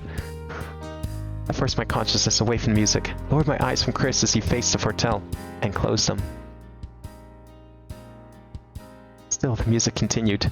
I pretended like I was watching from far away, like I was hearing it from another person. My mind finally calmed down. At the same time, my intense emotions ebbed like a tide. The music announced its end. Chris faced me like he wanted to hear my opinion. I managed to break the silence by clapping my hands. How was it? Need to ask? You look happy, Chris. I was hoping to hear your opinion, Ari, not mine. I'm sure you know that too. I guess, but you've never said my music was bad, Ari. That's because even if you're not good at singing, you've heard a lot of music, right? So I'd like to hear what you think sometimes from that perspective. And from that perspective, it was good. Really? But I couldn't tell him that I was moved to my core. Thanks. You've complimented me like that a lot, Ari, but that made me the happiest. Idiot. Chris's genuine happiness made me feel just like he was saying it to me. I stood up to go to the kitchen in order to hide the sadness that rose in me right after that. Okay, I'll get it ready soon. What ingredients do you have? I went shopping at the end of the year, so I think I have everything you'd need. Show me then. Inside the refrigerator, most of the ingredients I'd need were there, just like Chris said. Other than making bread, I learned a lot of other recipes directly from my grandmother. Chris had even eaten the parmigiana that I had made and believed it was grandma's. Looks like you have eggplant and meat. So parmigiani, I guess. It's a specialty I learned from Grandma. Dishes I was good at making had increased, but this was still the one I was most confident in. Oh, nice. But I had the one that Nina's made recently, so I might be a harsh critic. It's okay. Cooking is what I'm good at. Yeah, I'm looking forward to it. Can I help? Nope. You sit and wait, Chris. If you're bored, why don't you practice? Right. I am pretty tired. Okay then, you practice, Chris. I'll cook. I stood in the kitchen and listened to the sound of the foretell behind me. It seemed Chris was practicing seriously. I felt relieved at that and started cooking. I'm waiting for the moment. Chris was playing that song again. The song he was familiar with. My song. The first and last song I wrote for Chris. I set the forks and knives on the table and gave myself to the music. I carried the large plate of parmigiani carefully, then called out when he had turned around so he wouldn't put his hands on the table. Okay, it's hot, so be careful. Oh, yeah, torta.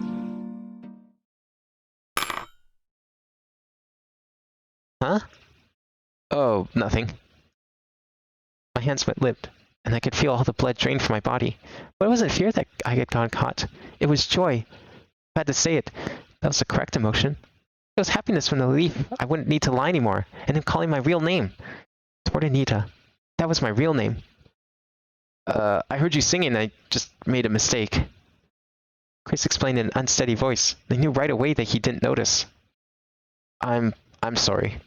But I was unable to contain my emotions that momentarily overflowed. I'm going home today. Both my hands and my voice were shaky. I wanted to shut out the truth out loud. I wanted him to hear the truth, but that was a dream that wouldn't come true. I wanted him to say my name again. I wanted him to hold me. That, too, was an illusion. Wait a minute. I wrote Torta in the letter that I'd spend the night at Grandma's house. It's okay. That's not what I meant. Parmigiani is good cold anyway. Even at times like these, the lies came without hesitation. Wait. Chris grabbed my arm as I was placing my hand on the doorknob. It was delicate for a boy, but he was unexpectedly strong and I was unable to move. No, before that, I lost my will to move the moment I saw Chris's eyes. Chris looked at my eyes quietly. They were the frightened eyes of a child. My mind was almost completely blank. I couldn't think of anything. Chris's face reflected my eyes had a hold of heart. Chris's eyes moved, silently looking at my cheeks. And I first realized I was crying. It wasn't sadness. Also wasn't the joy I felt at first. I was just confused. Confused by the real meaning of Chris taking the name, and how excited I got when he called me my real name. Sorry. Chris apologized and relaxed his grip. Yeah. I nodded and relaxed. I used that chance to pull my arm away. I realized that I regretted that only after we were apart. He had hugged me. I probably wouldn't have resisted. If he'd called my name one more time, I probably would have told him everything. Yeah, that was all a fairy tale. The time had already passed. All that remained was regret and hopelessness. But I think I'll go home today. Could be there. Wasn't staying the night there in the first place. I'll walk you. I'm fine. You're not fine. Seemed Chris wasn't budging. Alright. Giving this reply, I went out into the city at night.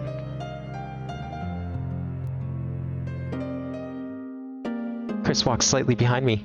It seemed he couldn't walk next to me. His gaze on my back hurt far more than I thought. Places had switched, but did Chris feel the same way? No, he probably didn't notice that much. Chris really seemed happy when he was with Ari. So much so that nothing else could distract him. You're going home tomorrow, right?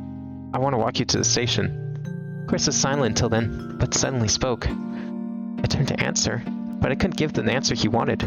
Getting my emotions under control by tomorrow, I didn't think it would be possible. But, I'm really fine by myself tomorrow. I want to see you off. That stupid hope again. Maybe Chris did too. Even if he didn't know everything, he did call my name. Maybe he had feelings not just for Arietta, but for me too. He knew better than anyone that was a sweet, stupid idea. But I desperately wanted to hold on to it. I gave Chris one suggestion in front of my house. 10 in the morning. Huh? That's when the train leaves. I had to decide before tomorrow morning.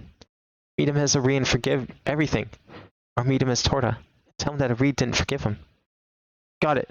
I'll see you off. Last thing I heard were those words from Chris.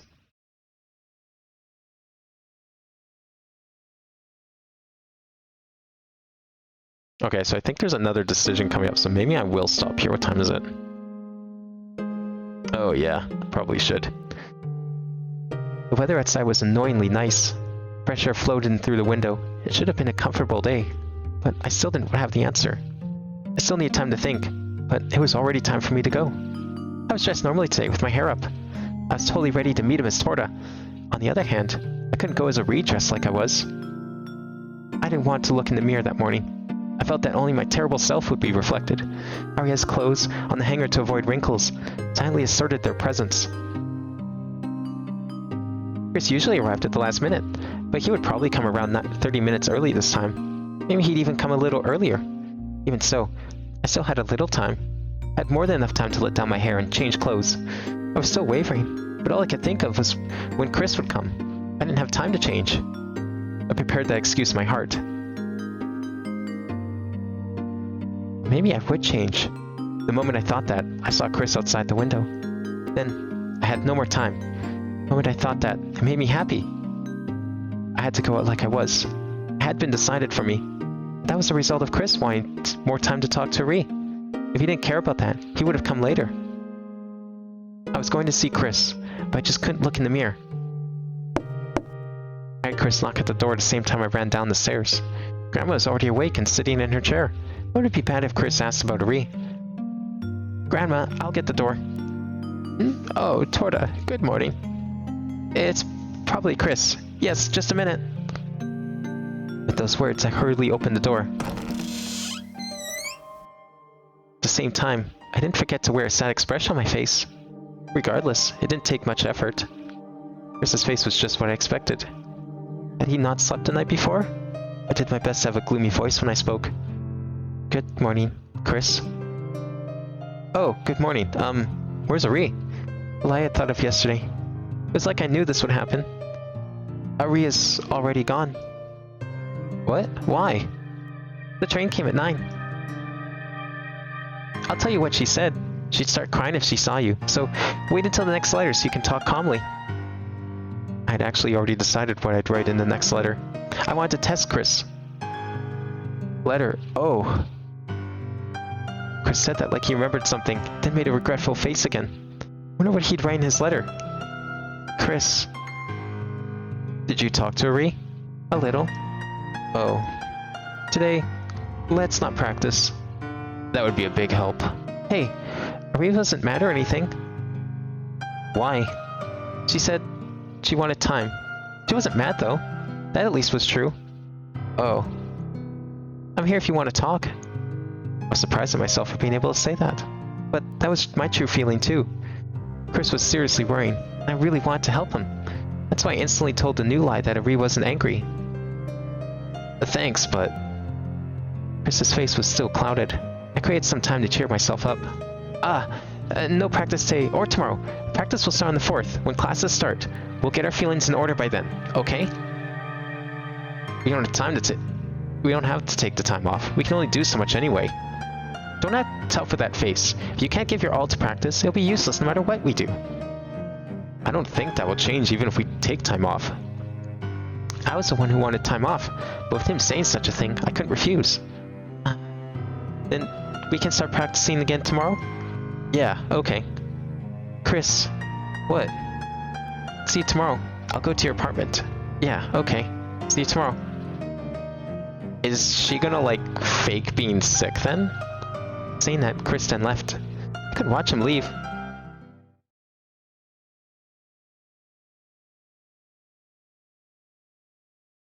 I'll play until the choice. I would imagine it's probably coming up soon. Because there's like 2 more that I'm supposed to make. In the next few days, almost nothing had happened, and I was able to dedicate a lot of time to practicing. The saving grace about practice was that when I was doing it, I was able to forget about everything else. Today was the first day of practice at school for this year. I went to the practice room early in the morning. I was slightly worried and waited there for Chris. And then he arrived slightly earlier than usual. Oh, morning. Morning. Yesterday and the day before, our rehearsals went by pleasantly with no problems at all. Chris seemed to be in good spirits, and not down at all. I thought he may have just been putting on a brave face, but considering how he has been up until now, it really seemed like he had gotten over something. My guess was that he left everything in Marie's hands. I suppose I would know tomorrow when Chris's letter arrived. I had an idea in mind, but it was going to take a lot of bravery, and I wasn't ready for that right now. Tomorrow was the deadline for declaring our recital partners, but I was still unsure. But right now wasn't the time for that. Just like Chris, I was pretending to be happy and cheerful as the days went by. It's pretty crowded, huh? What'd you expect? But it's okay. I came in early and saved us a room. Saying this, I gestured to the door of one of the practice rooms. You did? You're quite well prepared. Well, I have to be, since a certain someone who will go unnamed isn't. That is most certainly true. You could try denying it, you know. Nope, I really can't. Oh well. Even if it was only on the surface, this kind of cheerfulness was necessary for us right now. This is a bit careless. On entering the practice room, that was the first thing Chris said. But most people would try to use this room if they see a bag sitting here like this. Perhaps it was because there were so many students with good upbringings. I'd never heard of any cases of theft in the school. It didn't change the fact that it was careless, but I had made a point of choosing when and where I would do something like this. You got a point, though. I would choose a different room, too.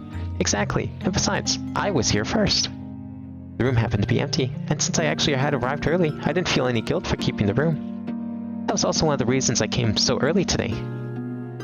What time did you get here? 9 o'clock on the dot, I think. I did my voice warm-ups and that kind of thing. Vocal cords take a lot longer to warm up than instruments do, after all. I always arrive about 30 minutes before rehearsal. I should have expected no less. Now, what about you? I'd already finished everything I needed to prepare. All that was left was to wait for Chris to finish getting set up. I'm just about ready over here. Perhaps he was slightly influenced by my actions, but Chris had been setting up as we spoke, and was ready to start playing any time. I was pleased, but also felt I shouldn't praise him too much, so I decided to just start rehearsing. Well, shall we go through it once for now? The moment I said this, someone knocked on the door of the soundproof room. Chris peeked through the small window in the door, as he was the closest to it, and said a name I hadn't been expecting. Miss Cordell. Good morning. Good morning. I know it's early, but I'm glad you're here. I guess we have Tortinita to thank for this? That is correct. Oh, Miss Cordell, good morning. What brings you here? Good morning. I thought I'd drop by and see the faces of my students and how they're doing, now that the holiday's over. I can understand wanting to see our faces, but how we're doing?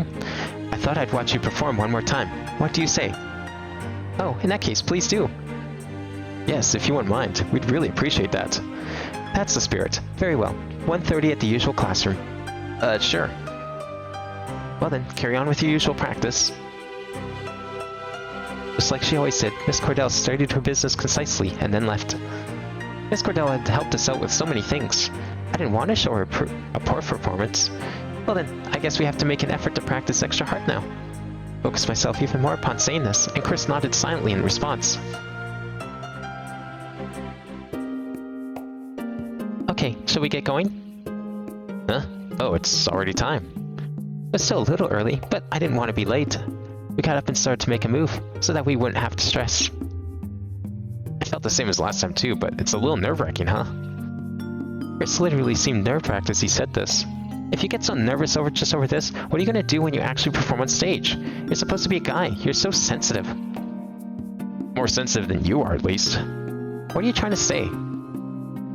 That right there, that's what I'm talking about.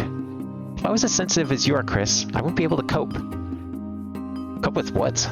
All kinds of things. Felt I'd become a bit more pushy than I needed to be. I don't think I could deal with Chris Orsino, but I had the feeling that I'd become even weaker too. Felt like I got hurt over the smallest thing, and I cried even more easily. Miss Cordell said she had something she needed to do, and for the 5 minutes that she was gone, we read through our scores and waited. And then Miss Cordell returned. Sorry to keep you waiting. It seems you're both ready, so would you like to start? Okay. Very well. Begin. All right. It was incredibly sudden, but if it wasn't as if we were not prepared. I switched mindsets immediately and turned to face Chris. The overture of the foretell resounded, and in that instant, I was able to sing and forget about everything.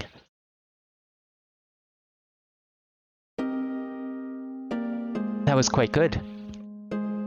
Seeming pleased, Miss Cordell showed a slight smile. I'd been told that she rarely gave out praise, but it felt like she was praising us a lot. Thank you very much. Yeah, thank you very much. Two of us thanked her, and we waited for what she would say next. However... Were there any problems? No, none in particular. There was a strange pause in the middle of when she spoke, but I knew that she was being honest. However, it seemed that there was something bothering her. Knowing Miss Cordell's personality, I doubted that she would tell us whatever it was, though. Well, as long as that's the case, be sure to keep doing what you're doing. Yes, sure. I'd planned to keep rehearsing after this, but when we were hurrying to pack up, Miss Cordell spoke to me. Before you leave, there's something I'd like to talk to you about. Could you stay behind? Yeah. Chris turned around and answered immediately, so for a moment I thought I'd misunderstood. But Miss Cordell was still looking straight at me as she continued. Not you, Chris. I was speaking to Tortinita. Oh. Yes, of course. What did she want to talk about? It's concerning the vocal course. You may leave, Chris. Oh, in that case I'll excuse myself. Miss Cordell said it was about the vocal course, but nothing really came to mind. Deadline for declaring our partners was today, but we had already taken care of that in the morning. For the time being, I need to hear what Miss Cordell wanted to talk about, so I decided to have Chris head back first while I stayed behind. Okay then, you go back first. Let's be in the same practice room if it's still available. If it isn't, will this take long? Only 4 or 5 minutes. Thank you. Chris, could you wait in the practice room? I don't want someone else to take it. Got it. Okay. I'll be going then. Sure. I'm generally here all day, so come by any time you want. Have questions or would like me to watch you rehearse. I will do what I can to help. Thank you very much. Okay, see you soon. Sure. Okay, I want to see what the fuck they discussed for 45 minutes, not 4 to 5 minutes. Saying this, Chris headed out, leaving me with Miss Cordell. So, what is it about the vocal course you would like to talk about? I wasn't sure why, but I felt that she may have been lying. Perhaps it would be more accurate to say that she was making an excuse to have Chris leave. I lied. I had a feeling that was the case. Yes, I suppose you can see through that kind of thing. You can be sharp at times. I don't think that's true, but why did you have to lie? There's something I wanted to ask you. Did something happen to Chris? So, Chris? No, nothing. You have an idea, don't you? You're quite sharp, too. It comes with age. You're still a child, even if you try to act like you're not. No different to Chris. And besides, I can tell that something is wrong just by hearing the way Chris plays his foretell. And since you're trying to hide it, I suppose that you're part of the reason he plays differently. Yes, I suppose so. Don't feel like talking, huh? But there are some things that get better when you talk about them. You can talk about it if you like. It's not something I should speak to other people about. I see. That's fine. Now, shall we continue? What do you mean, continue? What we just talked about was private. Next I'm going to speak about something official. Okay. What is your opinion of the way Chris has been playing the foretell recently? Recently, it's hard to say. His ups and downs have always been intense, but especially so in recent days. You have an idea why, do you not? Yes. Alright, changing topics. What do you think is the appeal of the way Chris plays the foretell? The appeal? I think it's the particular, how should I put it, essence of the foretell. There's definitely between each player. There's difference between each player. And the way that Chris sounds is different is what it makes it sound special. Exactly. And where do you think that difference comes from? I'm not sure. I am a voice student after all. When I was a student, there was a foretell player in my year level who had an interesting theory about this. He believed that magic was an emotion. He is now a teacher at this school teaching foretell theory, I believe. Perhaps you have heard this before? You would have learned this in the first or second year. Even if you are in the vocal course. I believe I have, yes. He loves to chat, so I'm sure he would have spoken about it at some point.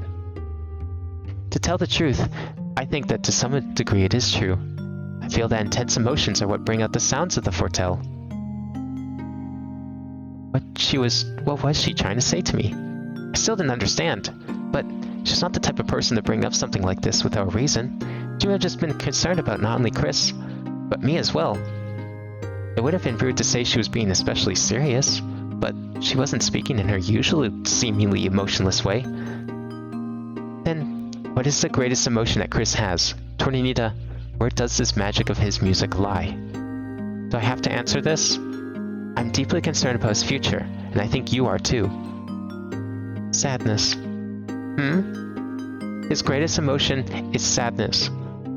Exactly. After hearing him play again and again, it is hard not to notice it, that deep sadness. But why do you bring this up? Did you notice that when you and Chris partnered up, the way he played changed for a time? Yes. I couldn't remember when, but I had thought that at some point. But this conversation was jumping all over the place and I couldn't keep up. And just before Natalie, you played for me one time, did you not? I think that was the time that the way he played sounded the most cheerful. And today after hearing him play, it seems as if the way he played had reverted to how it was before. By how it was before you mean... to the dark way, sad way he played. You know it well. That's because there's something bothering him. I imagine so. Huh? But wait a moment. If sadness is what makes his music magical, then the happier it becomes, the more the magic will fade. Tell the truth, I felt this about 2 weeks ago when I heard him play before Natalie. Did you not feel it for yourself? No? I see. I suppose you were busy yourself. That can't be helped. Either way, the more happiness that he felt, the less I could feel the magic in his music. And now today, the way he plays has reverted to how it was. As his teacher, you know I cannot help but ask this. Had I not noticed? That certainly could have been true. I was happy. I was stupidly happy because I was able to partner up with Chris, which was natural. But what are you trying to say? That Chris shouldn't be happy? That he has to stay the way he is? Is his future that's something that's yours to decide? Is that going to be what's best for him? Calm down, that's not what I meant. It is true that one of the reasons Chris's skill with the Fortel is evaluated highly is because of the sadness in it. Although there are many musicians who would dislike it, so it can't be said that it's something that appeals to everyone. However, I for one believe that if Chris is happy, then that is for the best, Tortinita. Even if as a result, that meant that he could not make it as a musician? I guess that was a contradiction. I suppose it was true that the reason Chris made it as far as he had played in the school was because of the magic that his Fortel playing possessed. But the thought of it being no good if he felt happiness was... Jumping to conclusions like that is why you're still a child. I thought that you were a bit more mature for your age, but now I can see what Asino meant. Did Asino say something? He said that when it came to Chris, you became so frantic that it's actually kind of cute. But don't worry, apparently you're not Asino's type. That idiot.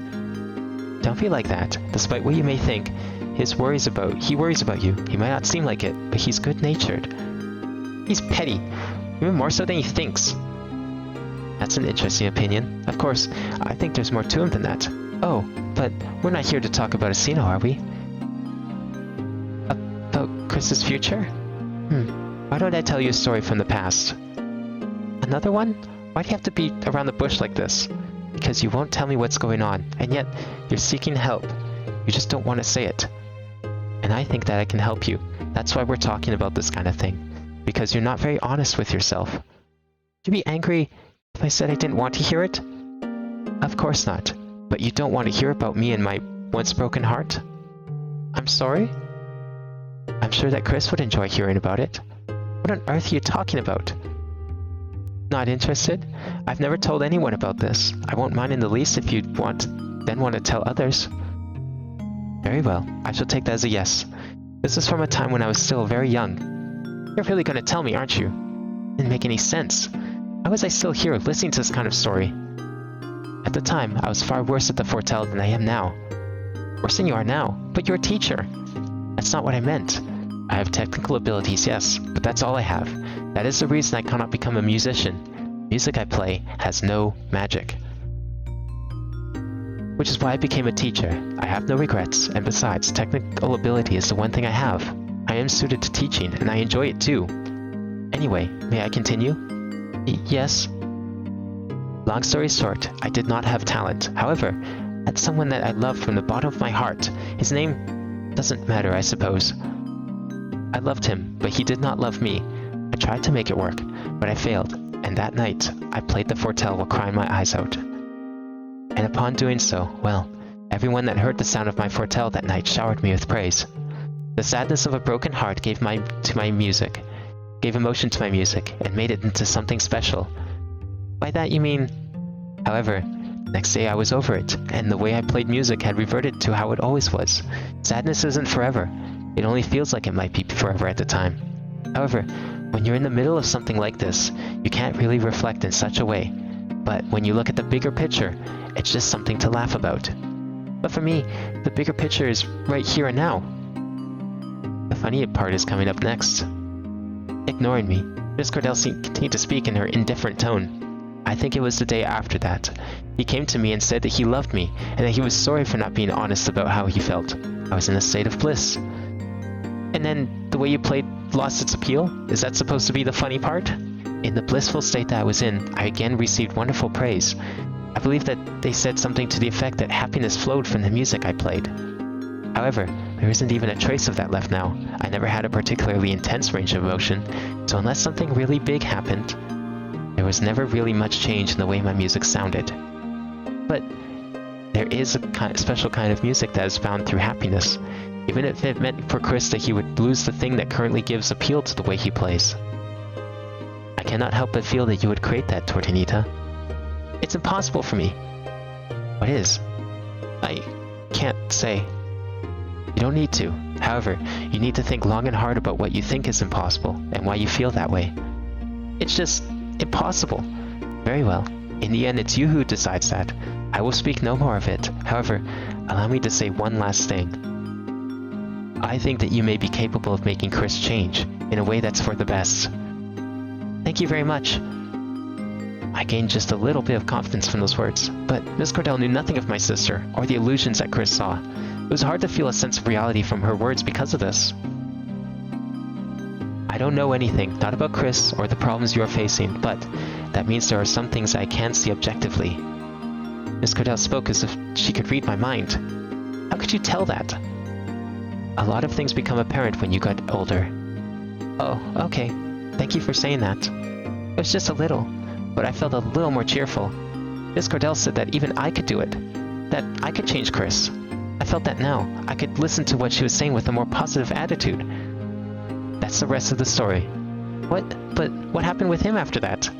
I suppose he was being whimsical. He changed his mind after that, and everything ended. And to think that at one point we were engaged too. That's terrible. It was over 20 years ago. There's nothing left for you to be concerned about. 20 years ago? Wait a minute, just how old was Miss Cordell? If you don't mind me asking, how old are you? Tortinita, it is rude to ask a lady her age. I'm sorry. I'm still in my 20s. All of that happened when I was around 5, I think. He was a childhood friend and I was in love. Apparently I said I was going to marry him. Roundly smiling. Good. I am, aren't I? Thank you very much. Actually, I think I'd prefer if you didn't tell Chris about this. Or Asino either. You're a lot more interesting than I thought. Oh, I'm sorry. How rude of me. No, it's quite true that I'm not an overly interesting person. Although I don't think I am a particularly gloomy person either. That's true, but why is it you always told me all of this? Because I'm fond of Chris, and of course you, and Asino too. I don't think I deserve that. Qualifications or reasons are not needed for one to like something. If I decide on someone, then that's that. In any case, come see me anytime you need to. I will. Thank you very much. I see you're learning to say the right thing now. Well, you should get going. Chris is probably starting to worry. Okay. Again, thank you so much for today. I bowed deeply and left the room.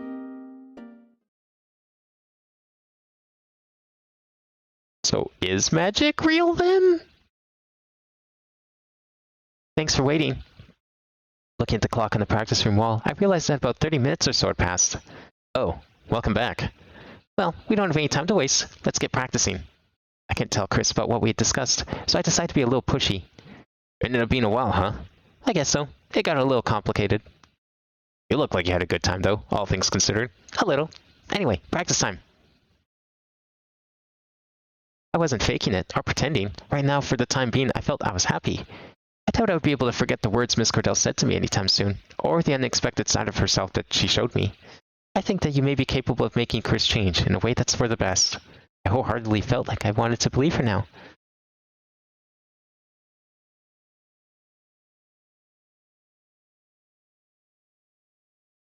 I don't know, maybe we're just gonna get time jumps until like the final decisions at the end. Or you know what? We could just stop right here too. I agree, Torta. We can totally stop here. That's perfect. We will stop here. Because we're gonna have to like play through most of this route again anyways. Once I change decisions, because like the first decision was at the beginning. Well, that was certainly a nice introduction to the true route. I'll probably, I don't know, I'm contemplating just doing like a full stream of this next week, and then maybe we can just finish it off entirely. Depends how fast the last two routes are. But yeah, that'll be it for today. I'll be back tomorrow. We'll play some Minecraft. Try and, well, I don't know if I'll finish the game tomorrow, but it's going to be like either tomorrow or the stream after that, I would think. We'll probably be able to finish it. So, in the meantime, I hope everyone enjoyed. Thanks for watching tonight, and I will see you next time.